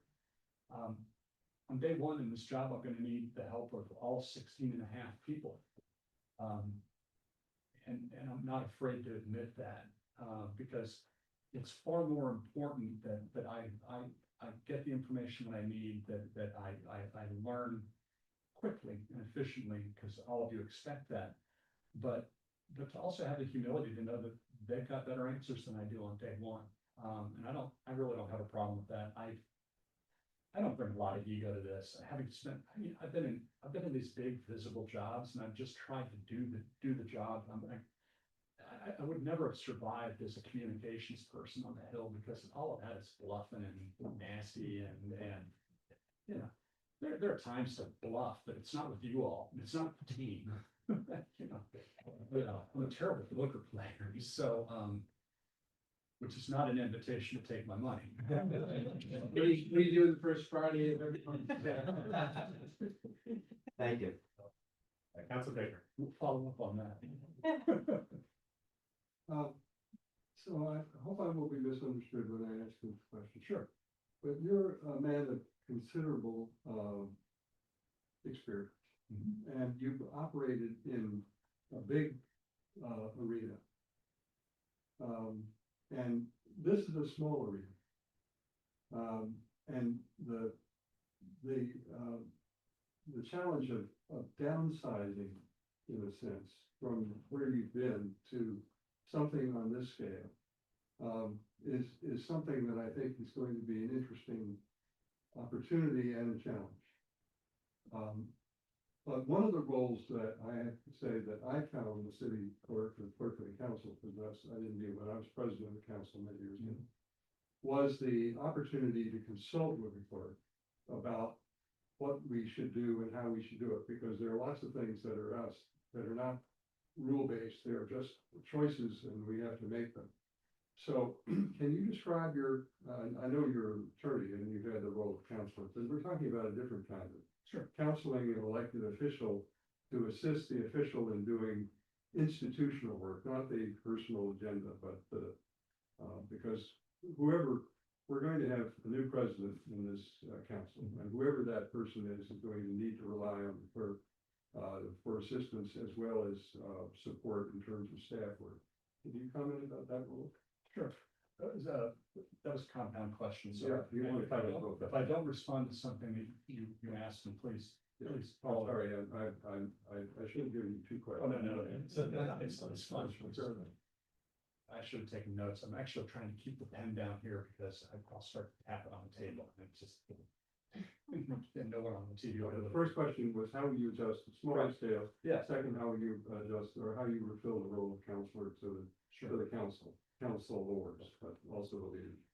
I don't think this is a downshift. This is actually something I've always wanted to do in my life. I understand. I've been tremendously fortunate in my life. The fact that I landed in these jobs, working for the people that I did or around the people I did, I had no right to expect that I'd be able to do any of that. So I worked hard. I did the best I could. I think I made a difference. In terms of my relationship with all of you all, is that you do need to be able to come to me to ask questions about, great and small, about issues, about process, about whatever you have, and I need to have those answers. I've worked around elected officials, as I mentioned, most of my adult life, and to the extent that they trust you, they come to you and ask you. And if any of you call me in the office late at night, I'll either talk to you or I'll come to you and talk it through. And that's for all 24 of you. I don't think I've worried as much about coming to a smaller place. I've got a law firm of about 12 to 15 people now, so I've already sort of shrunk in terms of all that. It's not all that visible, but it's still satisfying work. And again, the other stuff goes away. I mean, it's so, I really enjoyed that experience. I had a great time with it. It's good at it. But no one gets to do that sort of thing forever. A job is a job when it comes right down to it. That was more high visibility, although I tried to keep a relatively low profile because I didn't think it was my job to be making news. So I don't worry that much about it. The things I worry about more are some of the technical things about the job. And, getting to know all of you all well enough to be able to give you sound advice in a way that, again, meeting you where you are, making sure that you're getting the information you need in a way that it makes sense. So let me tell you the question that comes to mind. Okay. One of the things that the prior clerk did for me from time to time was to say in so many gentle words, that's really dumb. Right? And so what I'm looking for is somebody in the clerk who has the ability to say, that's really dumb, without doing damage. Right. Look, no one likes to have those kinds of conversations, but it would be my role, and it's the role of any professional to be able to, particularly when there's a little bit of a disparity in negotiating authority between an elected official and a staffer, regardless of how up or down on the org chart you are. to, so you need, the previous clerk was exactly right. You need to be able to have those conversations subtly, but it goes back to a willingness to actually have a difficult conversation. And then the rest of it is how to have the difficult conversation without you getting very upset with me about not being completely as respectful or as, I think you used the word subtle. You know, it's important. Yeah, some people have different levels of tolerance. Anyway, I just think it's important to be able to say I've uncomfortable things when they need to be said. Right, I mean, That's all right. members are tricky animals at sort of at any level, so they have things, you know, I worked for the primary boss that I had wanted it straight. It wasn't interested in the fluff, it wasn't interested in you wasting his time with a lot of adverbs and adjectives and, you know, platitudes. I worked around other members who wanted to go with him, talk to him, you know, bring him a cup of coffee and, be prepared to say nice things about their wife. It's part of the process for me of getting to know all of you all and how you like to be communicated with. So I can give all of you the equal level of attention and to the extent you want it, need it, or need it, you know, the advice you needed in your job. I don't like having difficult conversations more than anybody else, but it's better than the alternative. Okay. Councilor Humphrey. Thank you. Continuing in the same vein initially as Councilor Baker. Well, I always say that one of the things I have found in local government is the lower the stakes, the higher the melodrama. So in some ways, you may find that you're dealing with people acting as if they are dealing with the US Senate when they are in fact not. Oh, there's plenty of pettiness about. Oh, I'm sure. One of the things I think that, you know, I'm curious to get your thoughts and approach on it, that I think is probably going to be a difference from some of the roles you've had before, is we have, especially for the city the size that we have, a very constrained budget. And that includes this office. And that includes some of the technology issues that we've touched on. In many cases, we're aware that the technology needs, you know, have gone unmet in some cases for a while, and we're trying to catch up on those things. And that's always kind of a negotiating process. I wondered if you had thoughts about, you know, your ability to sort of adapt to a situation where you can't just fix the problem by getting some additional funds for something, even if it's a relatively small amount by comparison. And then sort of similarly, do you think that, and I think this is along similar lines to Councilor Baker's question, do you think that you are, especially outside of the staff you would be managing, dealing with other departments or the mayor or whoever, or even the public, if you're facing resistance on something, are you going to be okay with that, as opposed to sort of expecting, like, if I give an instruction about what needs to happen, it needs to get implemented, and sometimes that just doesn't happen at the local level. Right. Okay, let me take the second one first, because I wrote down the first one. I mean, everything's sort of negotiation, right? Again, I try not to come at things as if I've got a predetermined outcome, as if I have an expectation that everybody's gonna wanna do it my way. You know, my goal would be to get to know all of the other people leading other functions in town that have an impact on what I do, or where I have an impact on what they do. And expect it to be an open conversation and sort of some push and pull. I also expect it that people are gonna come into the office wanting something that we can't do, that are gonna yell and scream at me. You know, I've been yelled at by lots of people. My goal, and I think what the expectation you should have of me and the public should have of me, is that I'll be the calm voice in the room, that I won't take the bait just because someone's calling me a fascist or, you know, whatever. You know, to work with them to try to help them understand what I need, or for me to better understand what they need. You know, with the public, you gotta work with them, and then working with everybody else in the building. I mean, you gotta be able to do some push and pull on that, and you're not always gonna get your way. And again, I think I said earlier that it's not my goal to get my way on everything. I want people no, I'm not a used car dealer. I want people to do repeat business with me. With respect to used cars dealers. Their goal isn't always to get you to come back and buy another one. But in terms of, believe it or not, even the federal level, even though, I mean, the decimal point's in a different place in the federal budget. But it's always constrained, so you need to find ways to either draw out your time frame or say, we're not gonna be able to buy the bright new shiny object, so let's figure out what we can do to make what we're doing more efficient or more effective. What are the incremental changes we can do to it to help? And some of that is always looking for opportunities to be efficient and effective and do things differently that may create or allow there to be additional resources that you can pull into the big priority. If you can, back to your question about technology, if there's something with a relatively small, software fix, you can do something far more efficiently, or you can try, from a personnel standpoint, if you can cross-train people in ways that if someone moves on, you don't necessarily need to replace them. I like the idea of my 16 and a half people, but I also want them to be able to go other places. We still need to be able to do our work.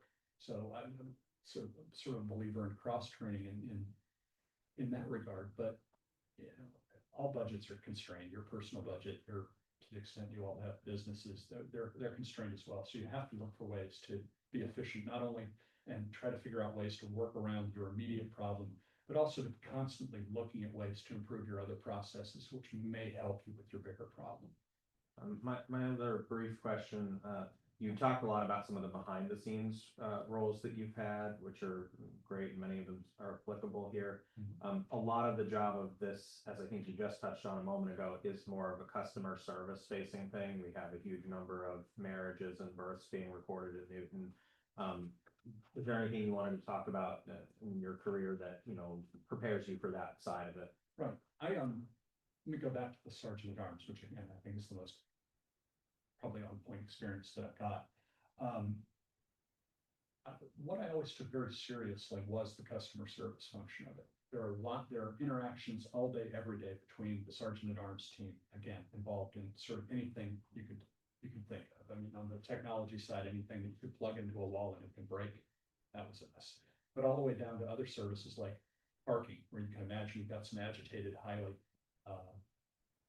call them slightly entitled staffers and others. But again, and there's a lot of no to that, because there are a lot of rules in the Senate.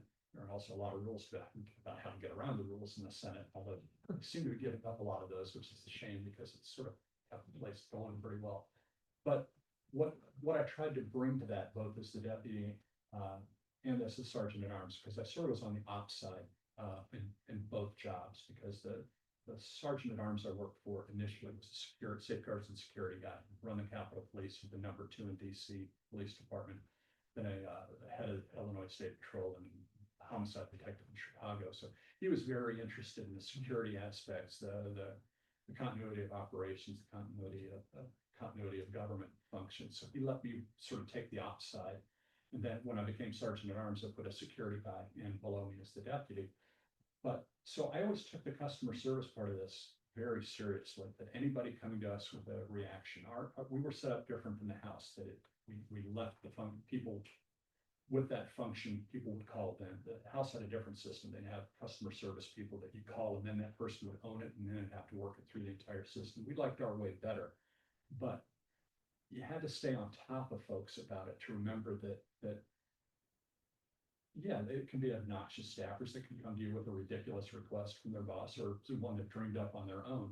But you've got to take it seriously, and you got to try to get that. Everybody else ever uses the phrase "want to get to yes," but I mean that honestly is part of it. Is that you want to, without violating any rules, you want to make sure you're giving them the best you can, and there's just no substitute for it. And I feel the same way about.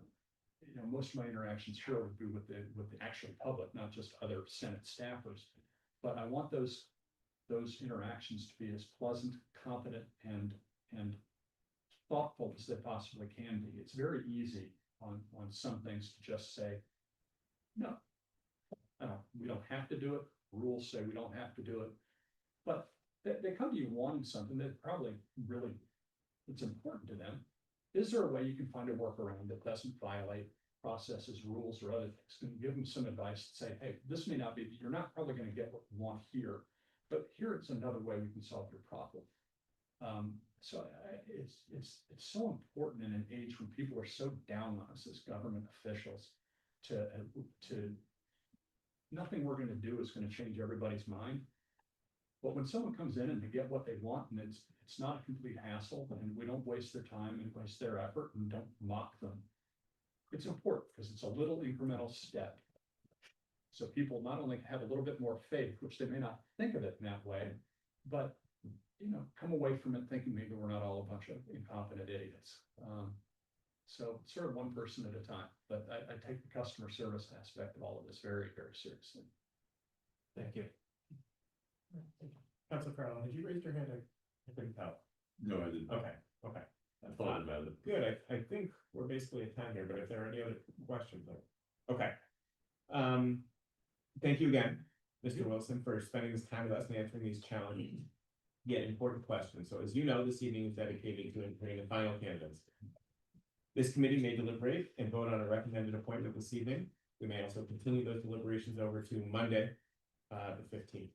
The Human Resources Department will stay in touch with you following today's meeting. So with that, I want to thank you for your time here, and I want to welcome you to share any closing remarks that you might have with the committee before we wrap up. I'll keep it brief. You all had a long day and with the 9/11 commemoration, it's just got to be a long day. So I want to thank all of you all for having enough faith in what you've seen from me and from my career to invite me in. I've enjoyed this process. It has been the most comprehensive, well put together process I've seen. Again, I haven't had to interview for a lot of jobs, which is just a gift.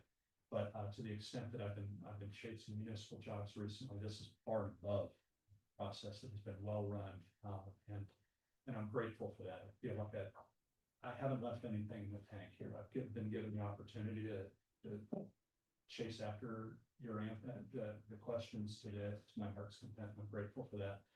I'm excited about the opportunity here. I'm very taken with your community. My wife and I decided when we moved from our little home in Silver Spring, Maryland, which is right over the tip of the northernmost part of DC. So it's a very urban, suburban place. But we wanted to do something different. So my wife has spent her career in conservation and environmental related causes. So and primarily in ocean issues. She was nominated for an oceans job at the State Department. So we found Swampscott and, we're able to see Massachusetts Bay. So we decided to treat this as an opportunity to do things differently. That said, I wish we'd taken a harder look at a community like this. I'm very taken with the community, and everybody's treated me with a lot of kindness and respect so far. So I realize you probably have a difficult decision to make. I hope I'm it. If I'm not, we all part as friends. I'll continue to look for other opportunities in town. If this one doesn't work out, but I'm really grateful for the opportunity, and if you all deliberate and decide to offer me the job, I will take it. No question. A cup of coffee, and I think we can probably work out whatever we need to work out. So I'm grateful. I wish you the very best. And if someone else gets the job, I wish them the best too. Yeah, zero hard feelings. It's not. That's none of us anymore. Thank you. Thank you. Appreciate your passion. Thank you very much.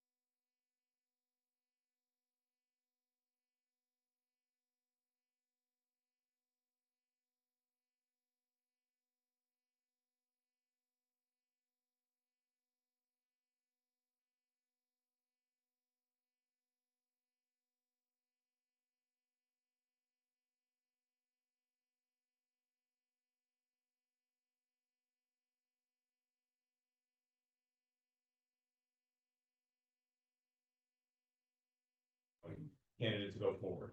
I'm aware that it is 9:30. My recommended process here, okay, and I'm open to whatever the committee wants, but what I think would be beneficial is if we sort of went around, shared some observations, some thoughts about the four candidates, and maybe some thoughts about how you intend to go about making the decision before any one of us recommends any particular candidate. Okay, after we've all gone around and shared some thoughts, then I think we can get to, do you have a clear choice? Do you have one?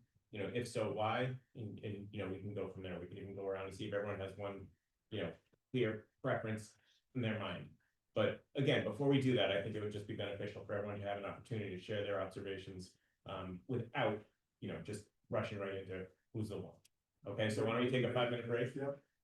Does that problem sound okay? Yeah, that's fine. That's fine. Okay. But I would prefer to finish tonight if we.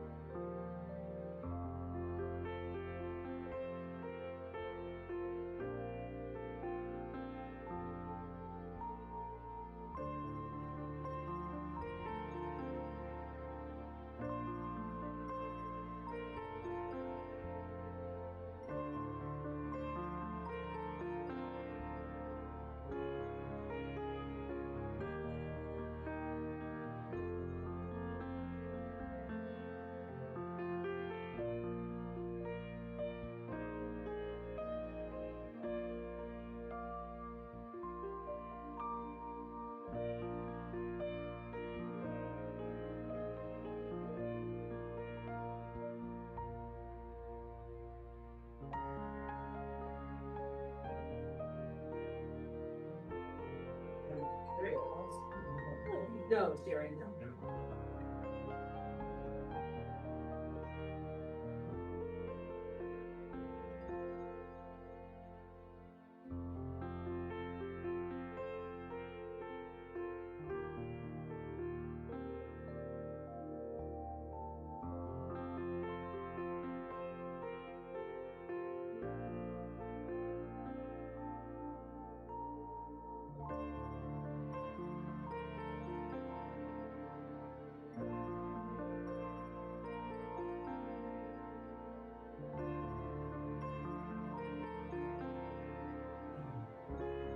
All right, Everybody move over there, I'll stay. our brief recess is over. Again, I think we'll go around amongst committee members. I think other folks are welcome to share it, but I'd like to just go around, 1-2 minutes. So Richie, how you felt about it, what you think is helping you make your decision, and then after everyone's spoken, we can get to, potential recommendations on potential choices. So, you wanna start? Council Davenport. I got it. So, first I want to thank the screening committee. I think that, really, the job that you all did to bring us these candidates is really, it's done. And all four of them, I think, could do the job. And we really have delivered a very difficult choice as far as I'm concerned. So, 15, I guess, what is that? I'll give a lot of credit to Michelle. Yeah, Michelle, of course. Bring it back out. And thank you for this really, wonderful briefing. So, I guess what I'd like to do is comment on some of the strengths that I saw in each candidate and then see what other people think. So let me just start with, Cassidy. Cassidy obviously knows the clerk's office inside and out. I mean, she's been doing the job, she's been taking on all the responsibilities, she's been handed difficult assignments on short notice and had to go in. And, I really think that, from all my impressions that she has, done well with that task. And so I want to acknowledge right away what, an amazing, job she's done in growing into the role really fast and after a relatively short learning curve, although she's been involved in the city and all of that for a long time. So I don't think the knowledge issue is at all an issue for her. She'll know the job and know its challenges and know things that need to be done. And then I thought that not Drew, I'm not going to do last. I just want to make sure I got. Now, well, Mark? Mark. I was really impressed with his willingness to do homework.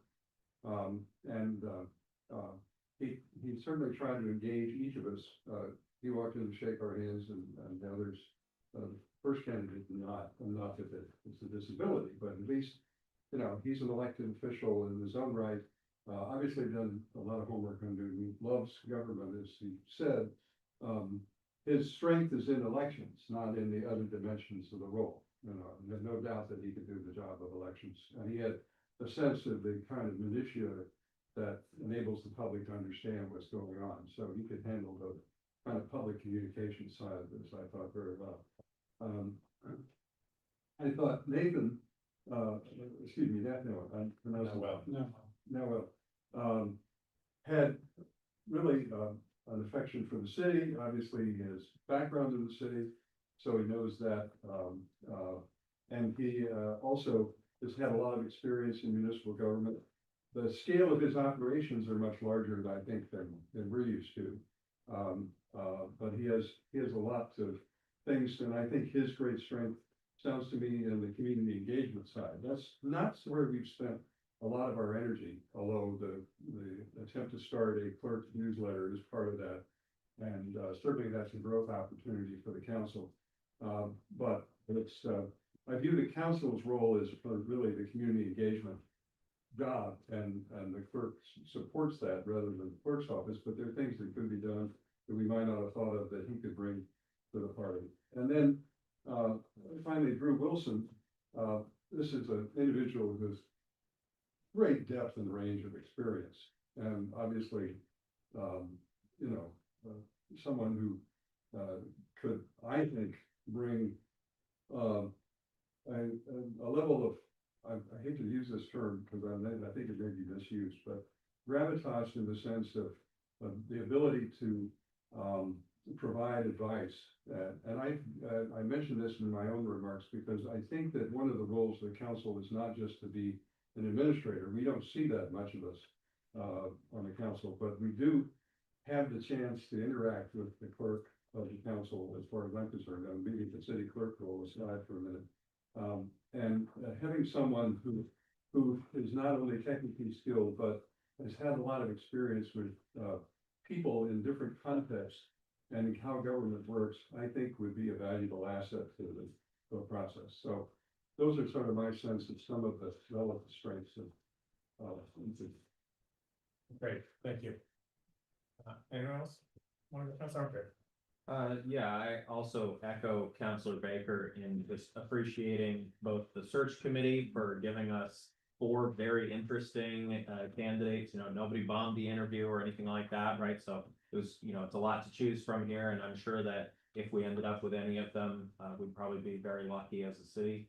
Also, of course, thank you to Michelle and the team from both HR and the law department. As everyone has said, this was once again a very smooth process and easy for us to, you know, make our notes and ask our questions that needed to be asked.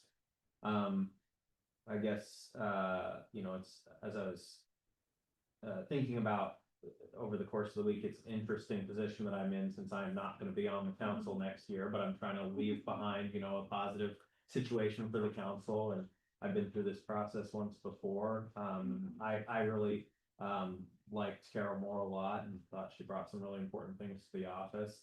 And it is interesting that each time you do this, there's sort of a different situation facing us at that particular moment, and like, what is it that we need out of a clerk at that time? And I think, you know, some of these folks, as Councilor Baker said, right, everyone had their strengths and weaknesses. Fortunately, the weaknesses generally weren't, you know, enormous for anybody, I don't think. But you know, any of these people, maybe it's not their year, but maybe next time they would be the one for this particular slot. Or alternatively, some of these people might be excellent at the mayor's office in the future. You know, that crossed my mind with Take with it some of both these ways. things, right? You know,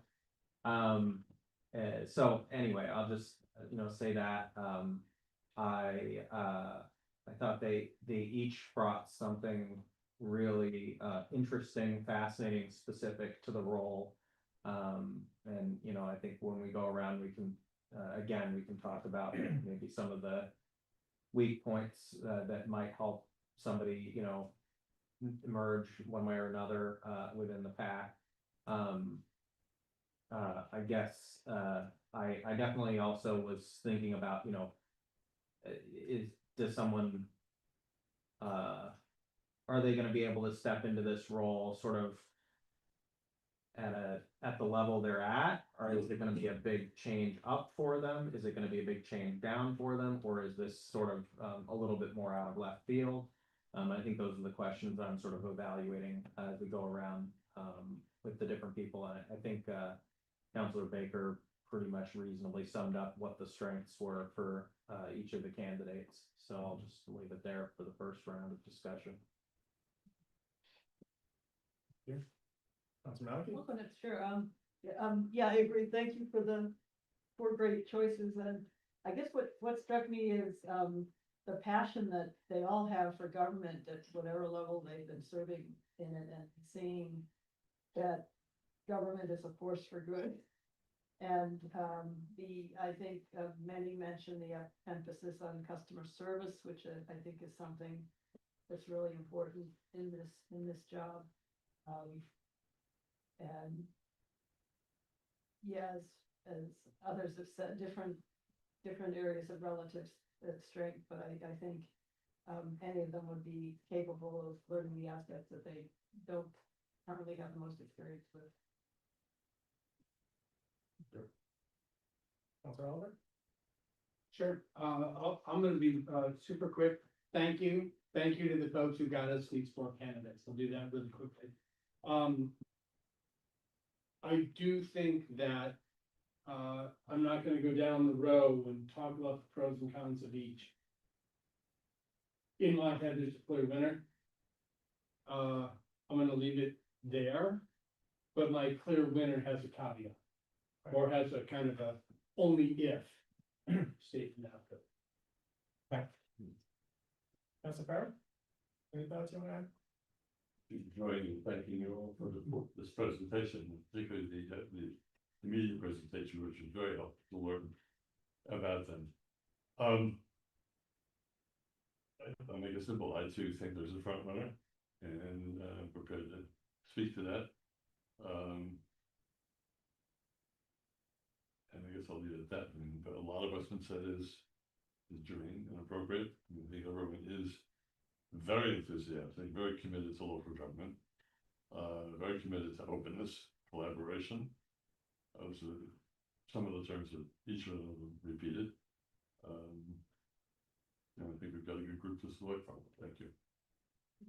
You wanna add to your comments? Yeah, one other quick thing before we get into the actual sort of deliberation and ranking, especially since it's always a little bit of an odd process to do it publicly in front of everyone. You know, I certainly hope whoever we pick that the, you know, the HR team, that you can communicate to anybody that didn't get picked, our appreciation for the applications that they put together, the strengths that they bring. You know, that it was not a reflection on them, and anything we're saying is purely, I think, in relative terms here of who's gonna be the best fit. Again, and maybe others disagree, but I felt like in this particular process, there was no one that I thought like, oh, absolutely not, you know? And so I think, you know, they should all be encouraged to, you know, keep applying for various things, even if they don't get this particular role. I agree. I would, oh, I'm sorry, go ahead. No, just what do you do? Okay. I agree. I felt like, you know, I could see any one of them. I could see myself being comfortable with any one of them being selected as the next clerk, which was wonderful. So, you know, someone should have said it, but kudos to you guys for doing that work. Bringing us forward. Yeah. No, but they're four excellent candidates. You know, I was thinking about it, and there are a lot of different components of this job, right? We touched on it in the interview. There are a number of different responsibilities. And I actually think, depending on which of those responsibilities you accentuate or emphasize the most, they each probably have one area that they are clearly the best at. Yeah. Right, of those four, which is really interesting, and why it's, you know, such an interesting crop of candidates. I would like to hear who folks want to, you know, either move forward or who think, you know, that there was, you know, maybe a front runner and why. I think, unless there are other comments, I'm comfortable moving to that portion of the deliberations, but Councilor Baker. Well, if you want a front runner, I'm gonna say that I think Drew Wilson is my front runner. Wilson. Okay. And, I just think the depth of experience and encounter, that he's had in government in various capacities and making sure that the back office works, all the details work, for a deliberative body, equips him in a somewhat unique way to, assist us here and add some things that we might not have otherwise thought about. It doesn't mean that any of the other candidates can't do the job, but I just think that that level of experience and range, leads me in his direction. Okay. Thank you. Councilor Oliver, you felt fairly strongly that there was a front runner. Yeah, yes, Drew. But I don't know how many of you will remember this. When we were going through this process that landed on Carol Moore, I was pretty adamant, and still am, that we as an organization need to be able to promote from within. That should be our first, personally. I think that's really important. I believe that my caveat, my only if is if Cassidy understands and sees and to some degree agrees that Drew brings something to the table. Because when I was listening to him talk and I had read his, obviously I looked at his resume, and had to read it and go, wait, does he mean that US Senate? Like, and wait, he's a named partner in a law firm, like, right? You go through those machinations and you're like, okay. And then he sat in this chair and said some of the things that I've heard a few of us already say are the most important elements to us. Not one of us has mentioned, yeah, but he's never run an election before. But we have people who have done that and do that. I think he brings what I'm just gonna call an intangible, even though I think it is tangible. I firmly believe he is the best of these four candidates to be not only a leader and to shepherd us into whatever's next for the office, But, and this is where I think there needs to be the collaboration with Cassidy. And I can't, it's not possible for me to overstate this. If she is a willing collaborator, word he used multiple times, in the, hey, let's make sure that, and I'm already making the assumption that, you know, because we heard him say it a couple of times, Drew will want to move on from this role in some period of time. Like, we already heard, hey, my candidate, I think he was the one who said, my candidate won 5 times. Like, wait, what? He seems to me to be the kind of person who understands the value he brings, which I think is significant. I think he can lead the clerk's office to some very positive outcomes. And I think that would benefit everyone in the clerk's office today. That's why I'm very compelled by almost every single thing he said. And I think he's the one who used the term, and I don't want to put words in his mouth, but I mean, I wrote it down and I highlighted it and I forgot it immediately. I apologize. I hate it when I do this. I have a fierce dedication to service. Here, the restaurant case. Councilor Farrell, you had a clear front runner, I believe, as well, right? Did you want to weigh in now? Are you in agreement? Am I in agreement? I'm in agreement to speak, yeah.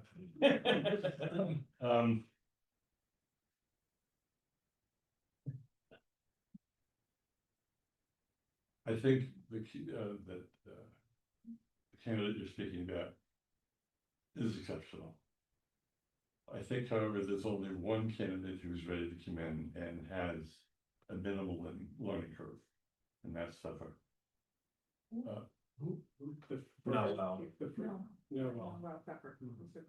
The first person we had. Right. I think he's engaged in this work right now. I think it would be a very easy move for him to get into this situation. I think he would be a terrific mentor, perhaps to someone like Cassidy, should she choose to stay, and I hope she would. I think Cassidy is great. I think she's got a lot to learn, and I think Pfeffer, at this level in this kind of a job, could provide that mentorship. I think he is also dedicated to public service and to municipal government. I think he said that very clearly. He spent a lot of time investigating this city and its government. He spoke to virtually all of the processes and issues that we're engaged in. He's well spoken. Of course, he's a former debater. Can't dismiss that. And I believe what he said, you know, working in collaboration. I think he would be very good working with the mayor's office, working with the department heads. I just liked his style. And I think he doesn't necessarily, although he may have some place to go in the future, I don't think that's on his mind right now at all. I think he wants this to work and he wants to make this office work. And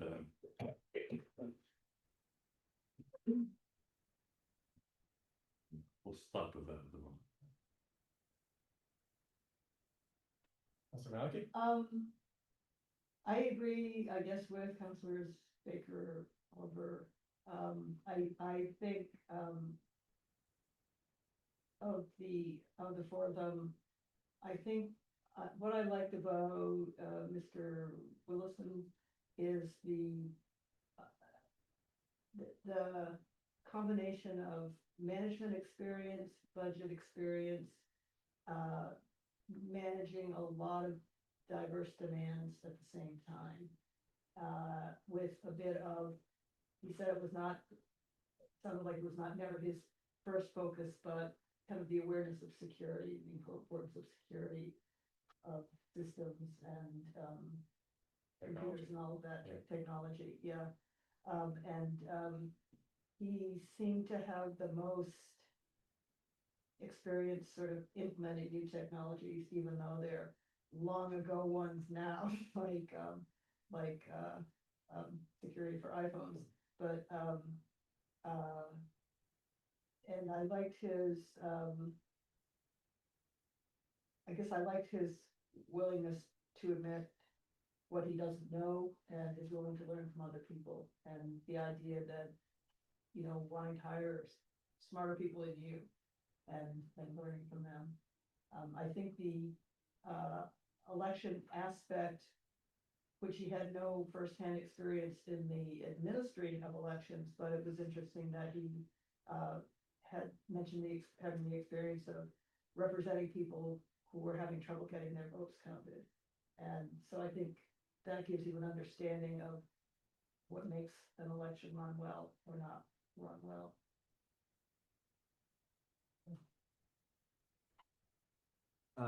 I guess earlier, Mr. Chair, you had asked kind of about how we're thinking about this, and I think one of the things that I've been thinking about all year, as we, you know, once we became aware of this vacancy is, for me, stability and longevity in this role is something I'm prioritizing this time around. I think I was a little bit taken by surprise, you know, when Carol left, relatively soon after, you know, and that made sense for her, but it was just kind of a bummer for me. And so I have been kind of thinking about that, like who, you know, can we get someone that's gonna be here a while?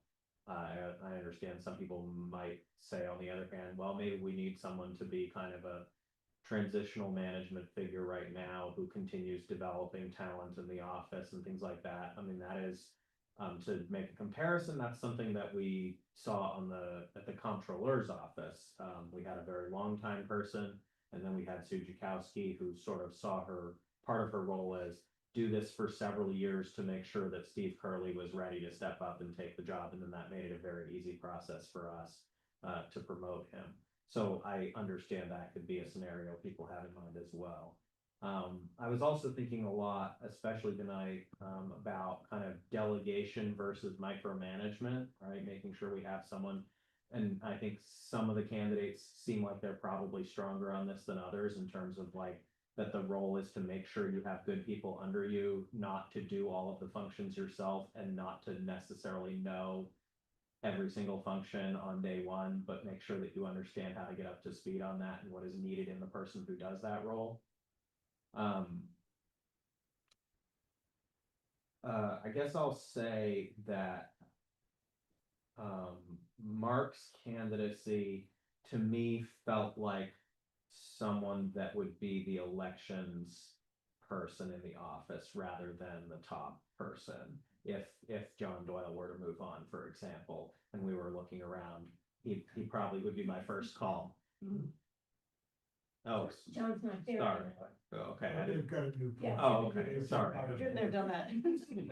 It's been a busy year, and this is also my point is I feel like there's been a lot of turnover in the clerk's office over the last few years, some of which was expected and some of which wasn't. So I apologize for not being up to speed on some of the changes there. But yeah, that, you know, if we were to say like, you know, oh, we need a new elections person, I think that would probably be my pick for that, but I think in this particular lineup, probably not my pick for this role. Although again, if he were to get it, I think he could get up to speed. I think my big concern with Mr. Willison is I'm very hard pressed to believe that this is actually where he wants to be and be for a while, certainly.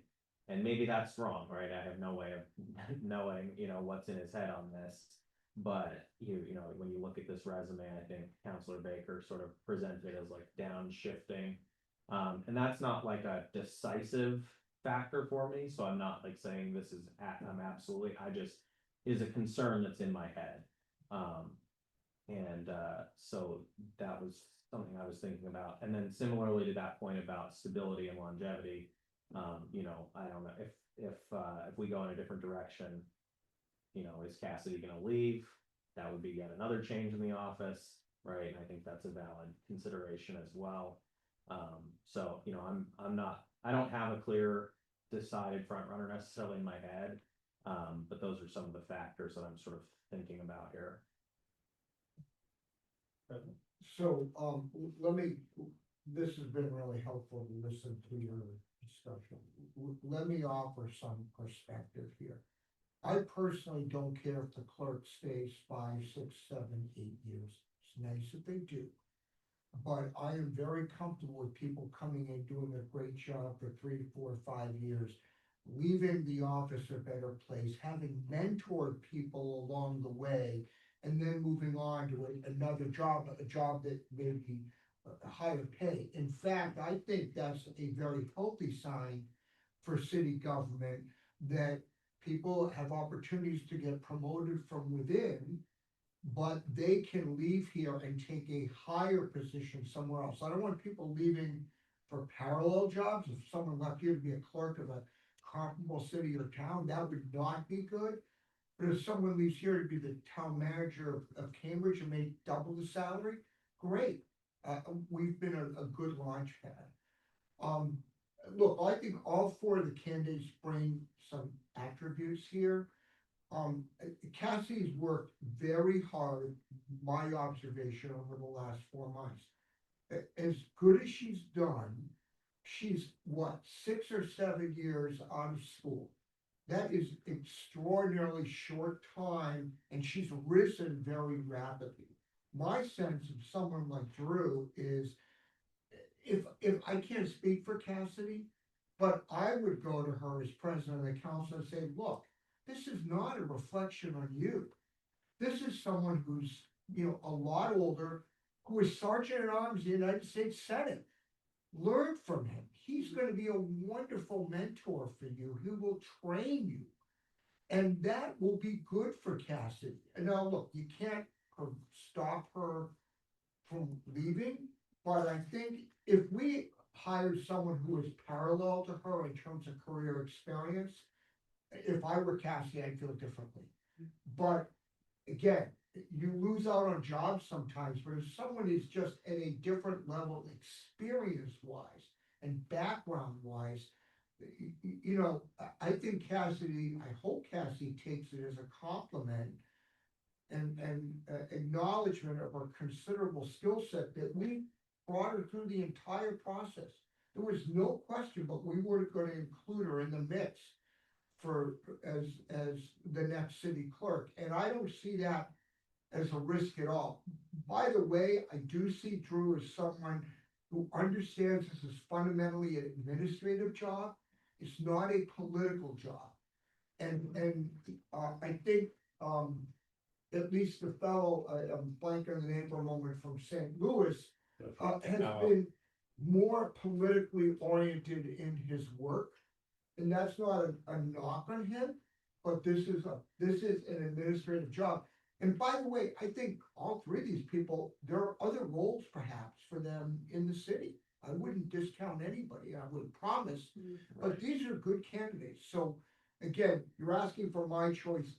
I think Drew is a clear choice here, even if he's here for 3 years or 4 years. And that's, for me, that's perfectly fine. Well, and just to, again, to clarify, like, as I said, it's not a deal breaker for me, and I can definitely see the exact scenario that I think some of you were talking about, which is, okay, we're gonna have, him for maybe a few years. He's gonna, continue stabilizing the office, reforming things in the office, and then, hand it off to whoever is next. And so I can see that scenario as well. I just, that was something that had come to mind for me as an area that I was pondering. So, yeah. Council Kalis. So I completely agree with what President has just outlined. The one thing he didn't mention is I think this committee did a fantastic job providing these 4 candidates.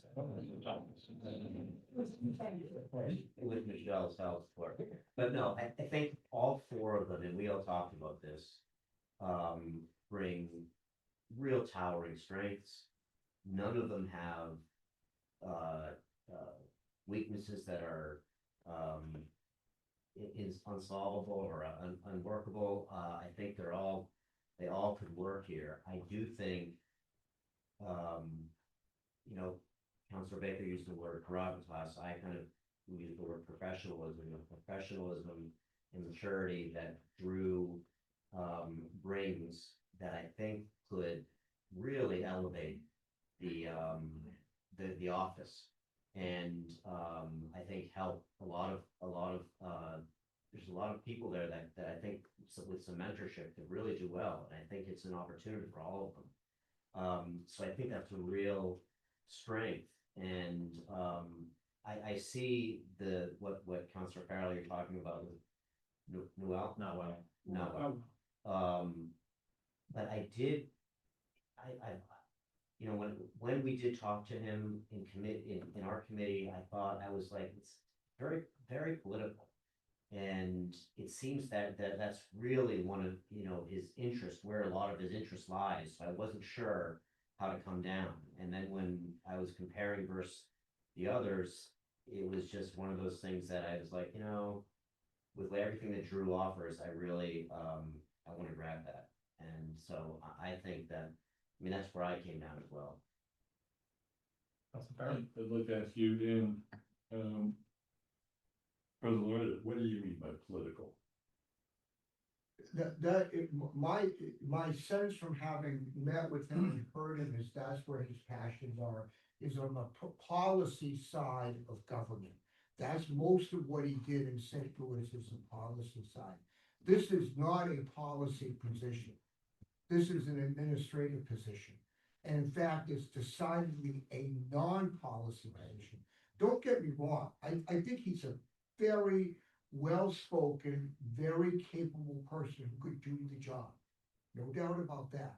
I just happen to think that comparing the experience that he brings to the experience Drew has, and I really like the word gravitas. I think that describes it.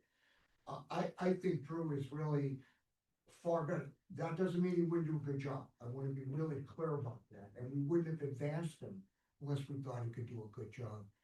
But I personally don't view it as a close question. Just out of curiosity, do you think that gravitas goes well with department heads? I want some department heads to have some gravitas. That's not my question. Unless the next mayor chooses some shakeout. Do you think? Because I look at the current people and say, I'm not sure they might be offended by all this gravitas. Oh, Well, excuse me, that's my impression, okay? I view No. gravitas in a positive way, someone who is able to step in at a senior level and run their department from day one well. That's how I view that. And that's why I asked about that humble question. Because I got the sense actually from him that he can work with anybody. I wanted to ask a question where he actually directly responded. Because he does have a lot of experience, and some people might look at him and say, well, he might come at this with a little chip on his shoulder. I don't think he does. Yeah. I'm not, let me be really clear, I'm not saying he couldn't do the job and do a very good job of it. I'm not saying that. I just was impressed with Pfeffer's, his experience, his, what I found a strong dedication to making the city work and making this office work and making the council work better. I think he's got experience with some pretty complex programs that we oftentimes address, and he might be able to help with some of those. Suggesting currently, I mean, his technology interests are a little more current than Drew's. And he grapples with all this stuff right now. So, I mean, I could see the gravitas thing. I see what you're saying with this. But I think making the city work is kind of the next mayor's job. making the city Well, clerk. no, I think that we need a person on the staff who will make this body of the city work Mhm. better. Mhm. And one of the things that I would hope we would talk with whoever the next mayor is, a better balance between power between the council and the mayor's office. I've said this before. We need to save that discussion. I'm just Well, saying, actually, they're both the lawyers, right? job we are trying to hire someone for is to make this part of the city work better. And I could see Drew being in some mayor's office doing a fabulous job, a bunch of things. And that he would bring a real serious gravitas to the mayor's office. So I'm just saying, I wouldn't. I guess I'm still curious about coming from the federal level to the rarefied atmosphere of city council. You know, Well, there are 24 of us, as he pointed out. And That is that, and Arcade. which he also points out, interestingly, is I just one don't want to quarter work here and run of the against. size. But, yeah, I'm just saying, I think Pfeffer is very exciting to me. Young, eager to move, experienced, has the qualification to help us do our part of this job. And maybe push us a little bit. Councilor Albert. So I wanted to just speak to the gravitas. I know Carol is a woman and not quite as old as Drew, but I think she brought a lot of gravitas to the job.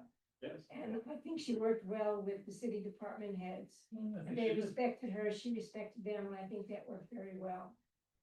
So, yeah, I think the gravitas, what? I think it would happen with Federal too. Yeah, That's my impression. when we had the interview with him, it was clear to me personally, that he would probably do the job, but that his real interest is in policy. That's the kind of job he's always had. And I remember writing down the next mayor, and I might have written down a name instead of the next mayor, should hire this person. Maybe you should be the next mayor. Well, I don't know about that, but After A little the late to next. get on the ballot. After the next mayor. so But that, thank you so much, Councilor. Yeah. Well, I say after the next mayor. I just want to add one more Yeah. thing, when Counselor Bate, when you asked the question about, the previous clerk did a good job of saying subtly that I'm dumb or something like that, it's a dumb question. I think this guy has had so much experience that he can help us think through, how do I negotiate this through the council? How do I move this forward?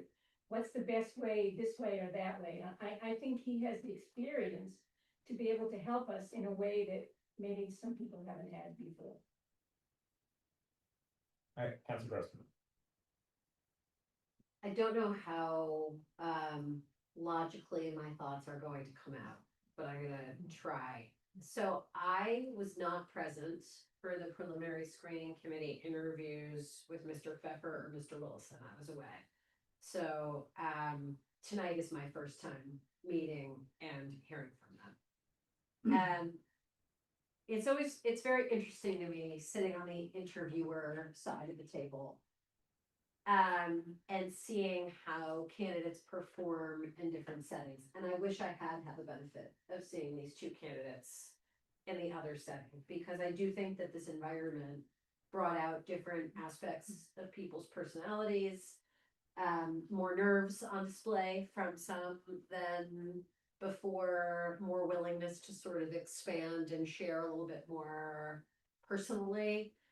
And as an example, we haven't talked that much about Mr. Pacheco, but in his interview, especially his preliminary interview, I thought he was really fabulous, and that a lot of his sort of confidence and the nuts and bolts that he was able to describe about all the different jobs that he's had came through in a very different way than it did tonight. Tonight, he really focused elections. We heard a lot more about the other roles he's had and all of the different parts of municipal government that he's touched in his preliminary interview. I specifically asked him to share that one anecdote because it really stayed with me after our original interview, and he didn't tell it the same way this evening. So it didn't, it didn't hit the same way that it did the first time. Like that, I went home and told my husband, like, I heard an anecdote today that really made me think differently about leadership. Like, that's how And in I fairness, all five of us felt the exact same. right about that anecdote. And so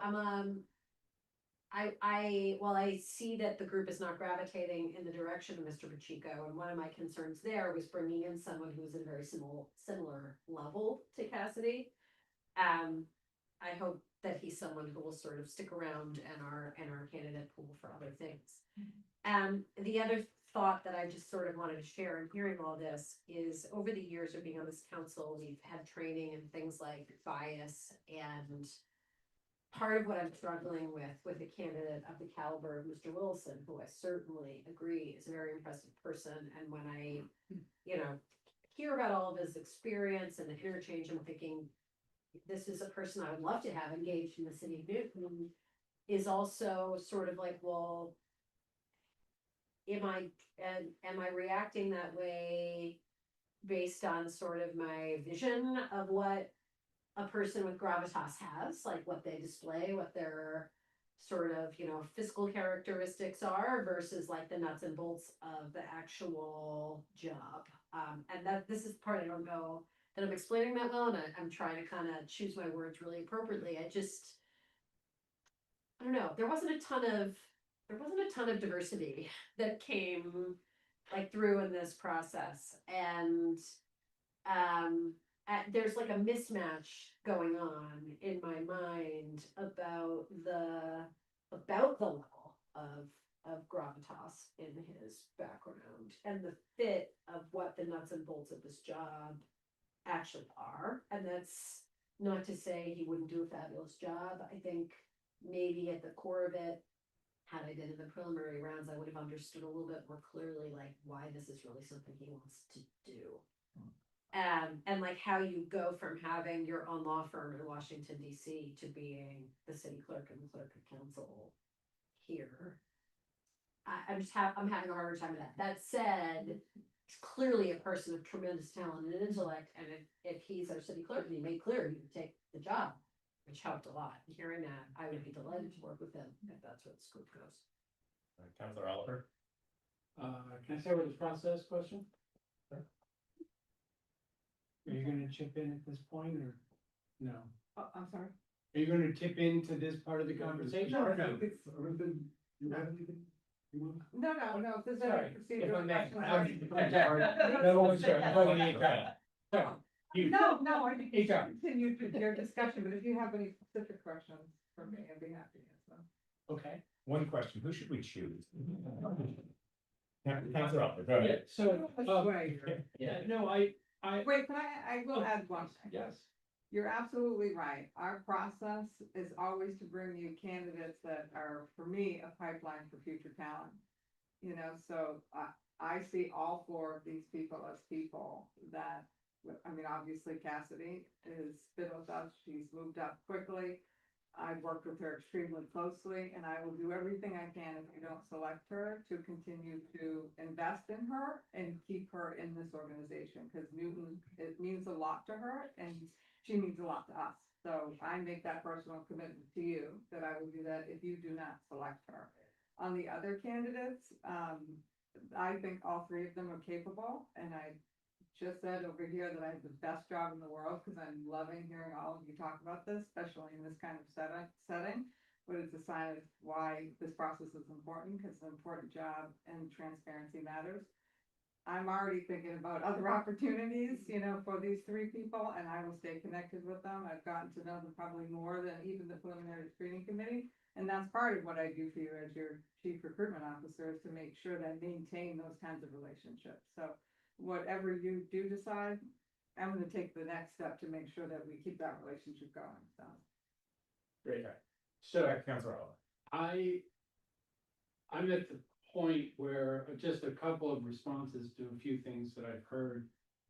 I completely agree that all four of these candidates are capable. I believe that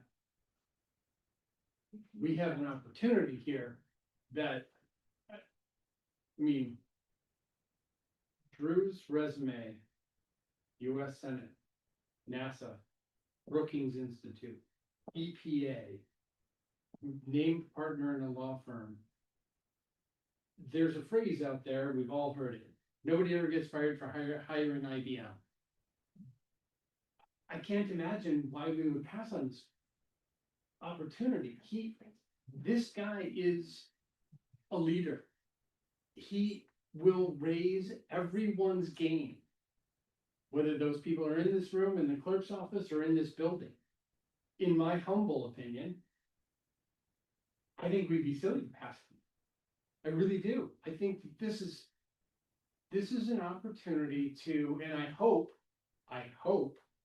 that, and he sounds like the kind of guy who says what he means and means what he says.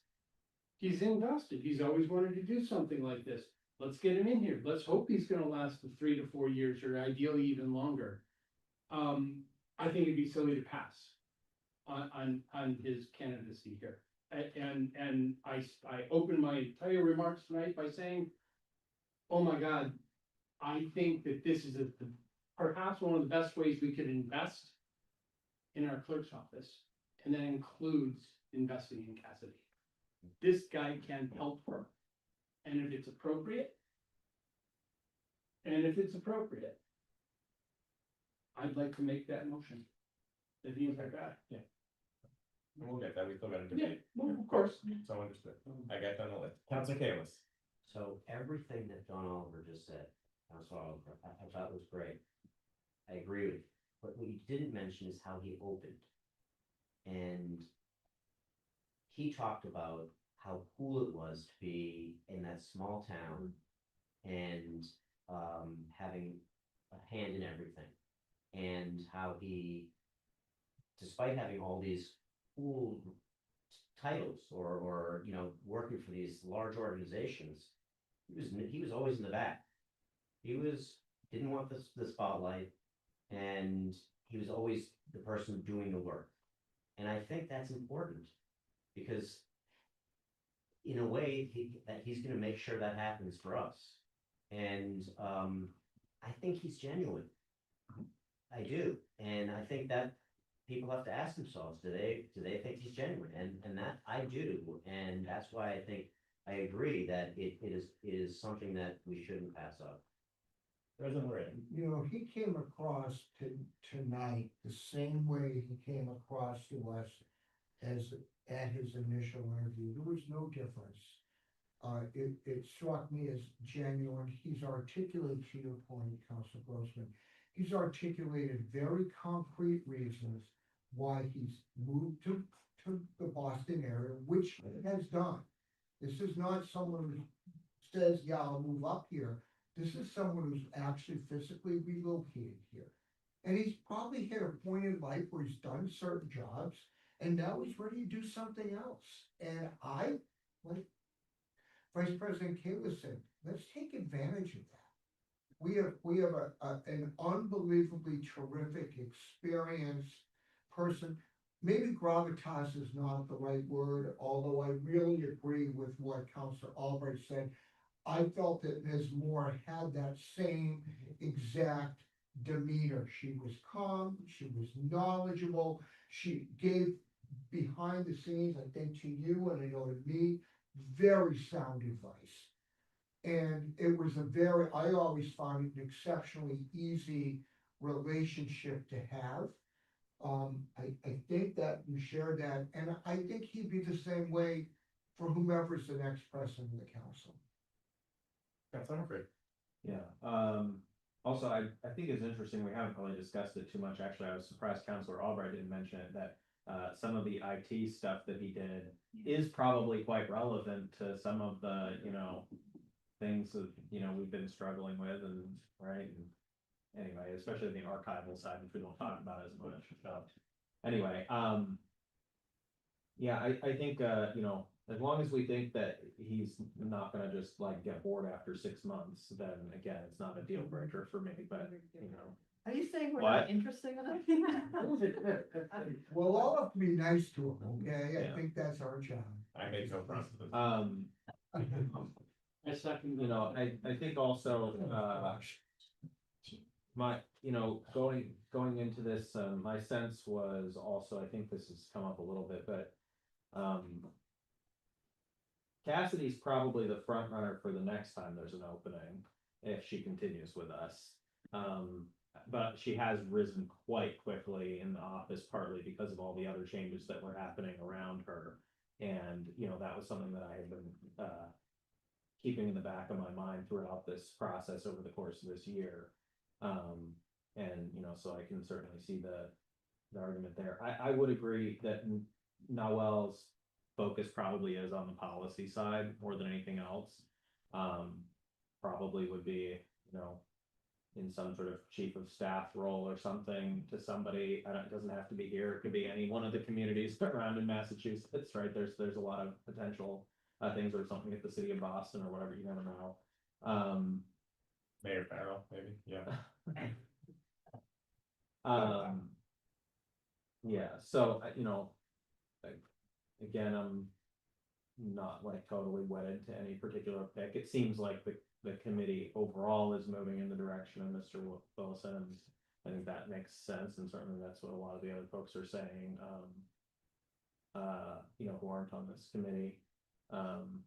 So that's kind of, you know, where I'm at right now. Again, I do see the definite clear advantages to him. I don't deny that at all. Like, you know, there's a huge amount to be said for him. I think part of it was my nervousness about looking at that resume and going, you know, well, why would he want to do this? You know, which I did feel like was addressed somewhat in the discussion tonight, at least, so that I felt more comfortable about it coming out of that process. Couldn't you say the same thing about anybody who's run for city council? Why would you? I think we probably all.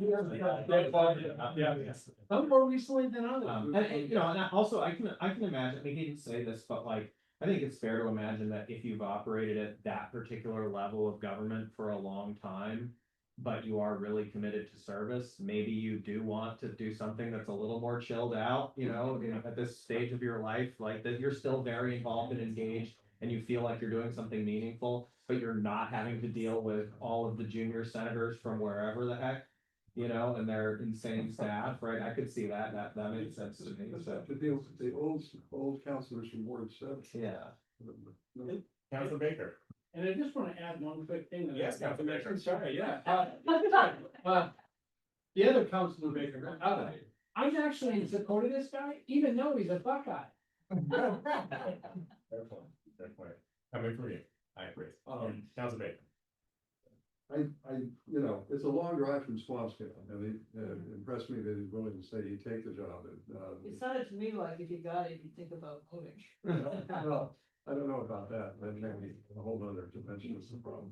Not at the ocean, but we've got Yeah. 3 sides to the charter. That's right, as the Public Works Commissioner once said, Newton is basically a peninsula. Exactly. But I just wanted to ask, the personnel, question about reference checks. All these candidates have been through reference checks, right? Yes, they've all had initial social media screening and they're all pending the completion of background checks. So the council's full appointment will be on, contingent on the completion of that.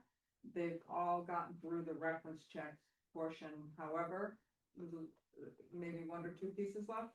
And what we've received on all 4 of them have been glowing references. And then the question is, the salary, as I recall, was a range, not was it Correct. fixed? It's the range, and I think, Ms. Peasy O'Brien will be negotiating that on behalf of us. Yeah. The mayor obviously. But is it's the- not, we're not, that's not a decisive factor from my point of view. We'll make it work. Yeah. Okay, anyway, I just want to get those, I would be interested in the chair's perspective. You've been very gracious about letting us all. Sure. John Quincy Adams, I think, served in the House of Representatives after he was president. Yeah, didn't he? That's correct. So, He was also the most qualified person ever to run for president. If you add up all the different positions that he had, and then he went to be House, I guess, after that. Are you equalizing the House of Representatives with the city council? And, just last and, and Drew with John Quincy, yeah. Here were my, I had a couple of thoughts, okay, which was, I would say that I leaned towards, Drew as well. For a few reasons, I swear to God, the first word I wrote down was gravitas. Not because, like, we talked about that when he was in here, I was like. This is really scary that two others have. That doesn't have Oh, to it's come fine. out in the zoning plan. But one of the reasons I wrote that down and liked it was because, back to something you said earlier, Councilor Humphrey, about sort of what is needed at this time. And I have felt a little bit like the clerk's office was, a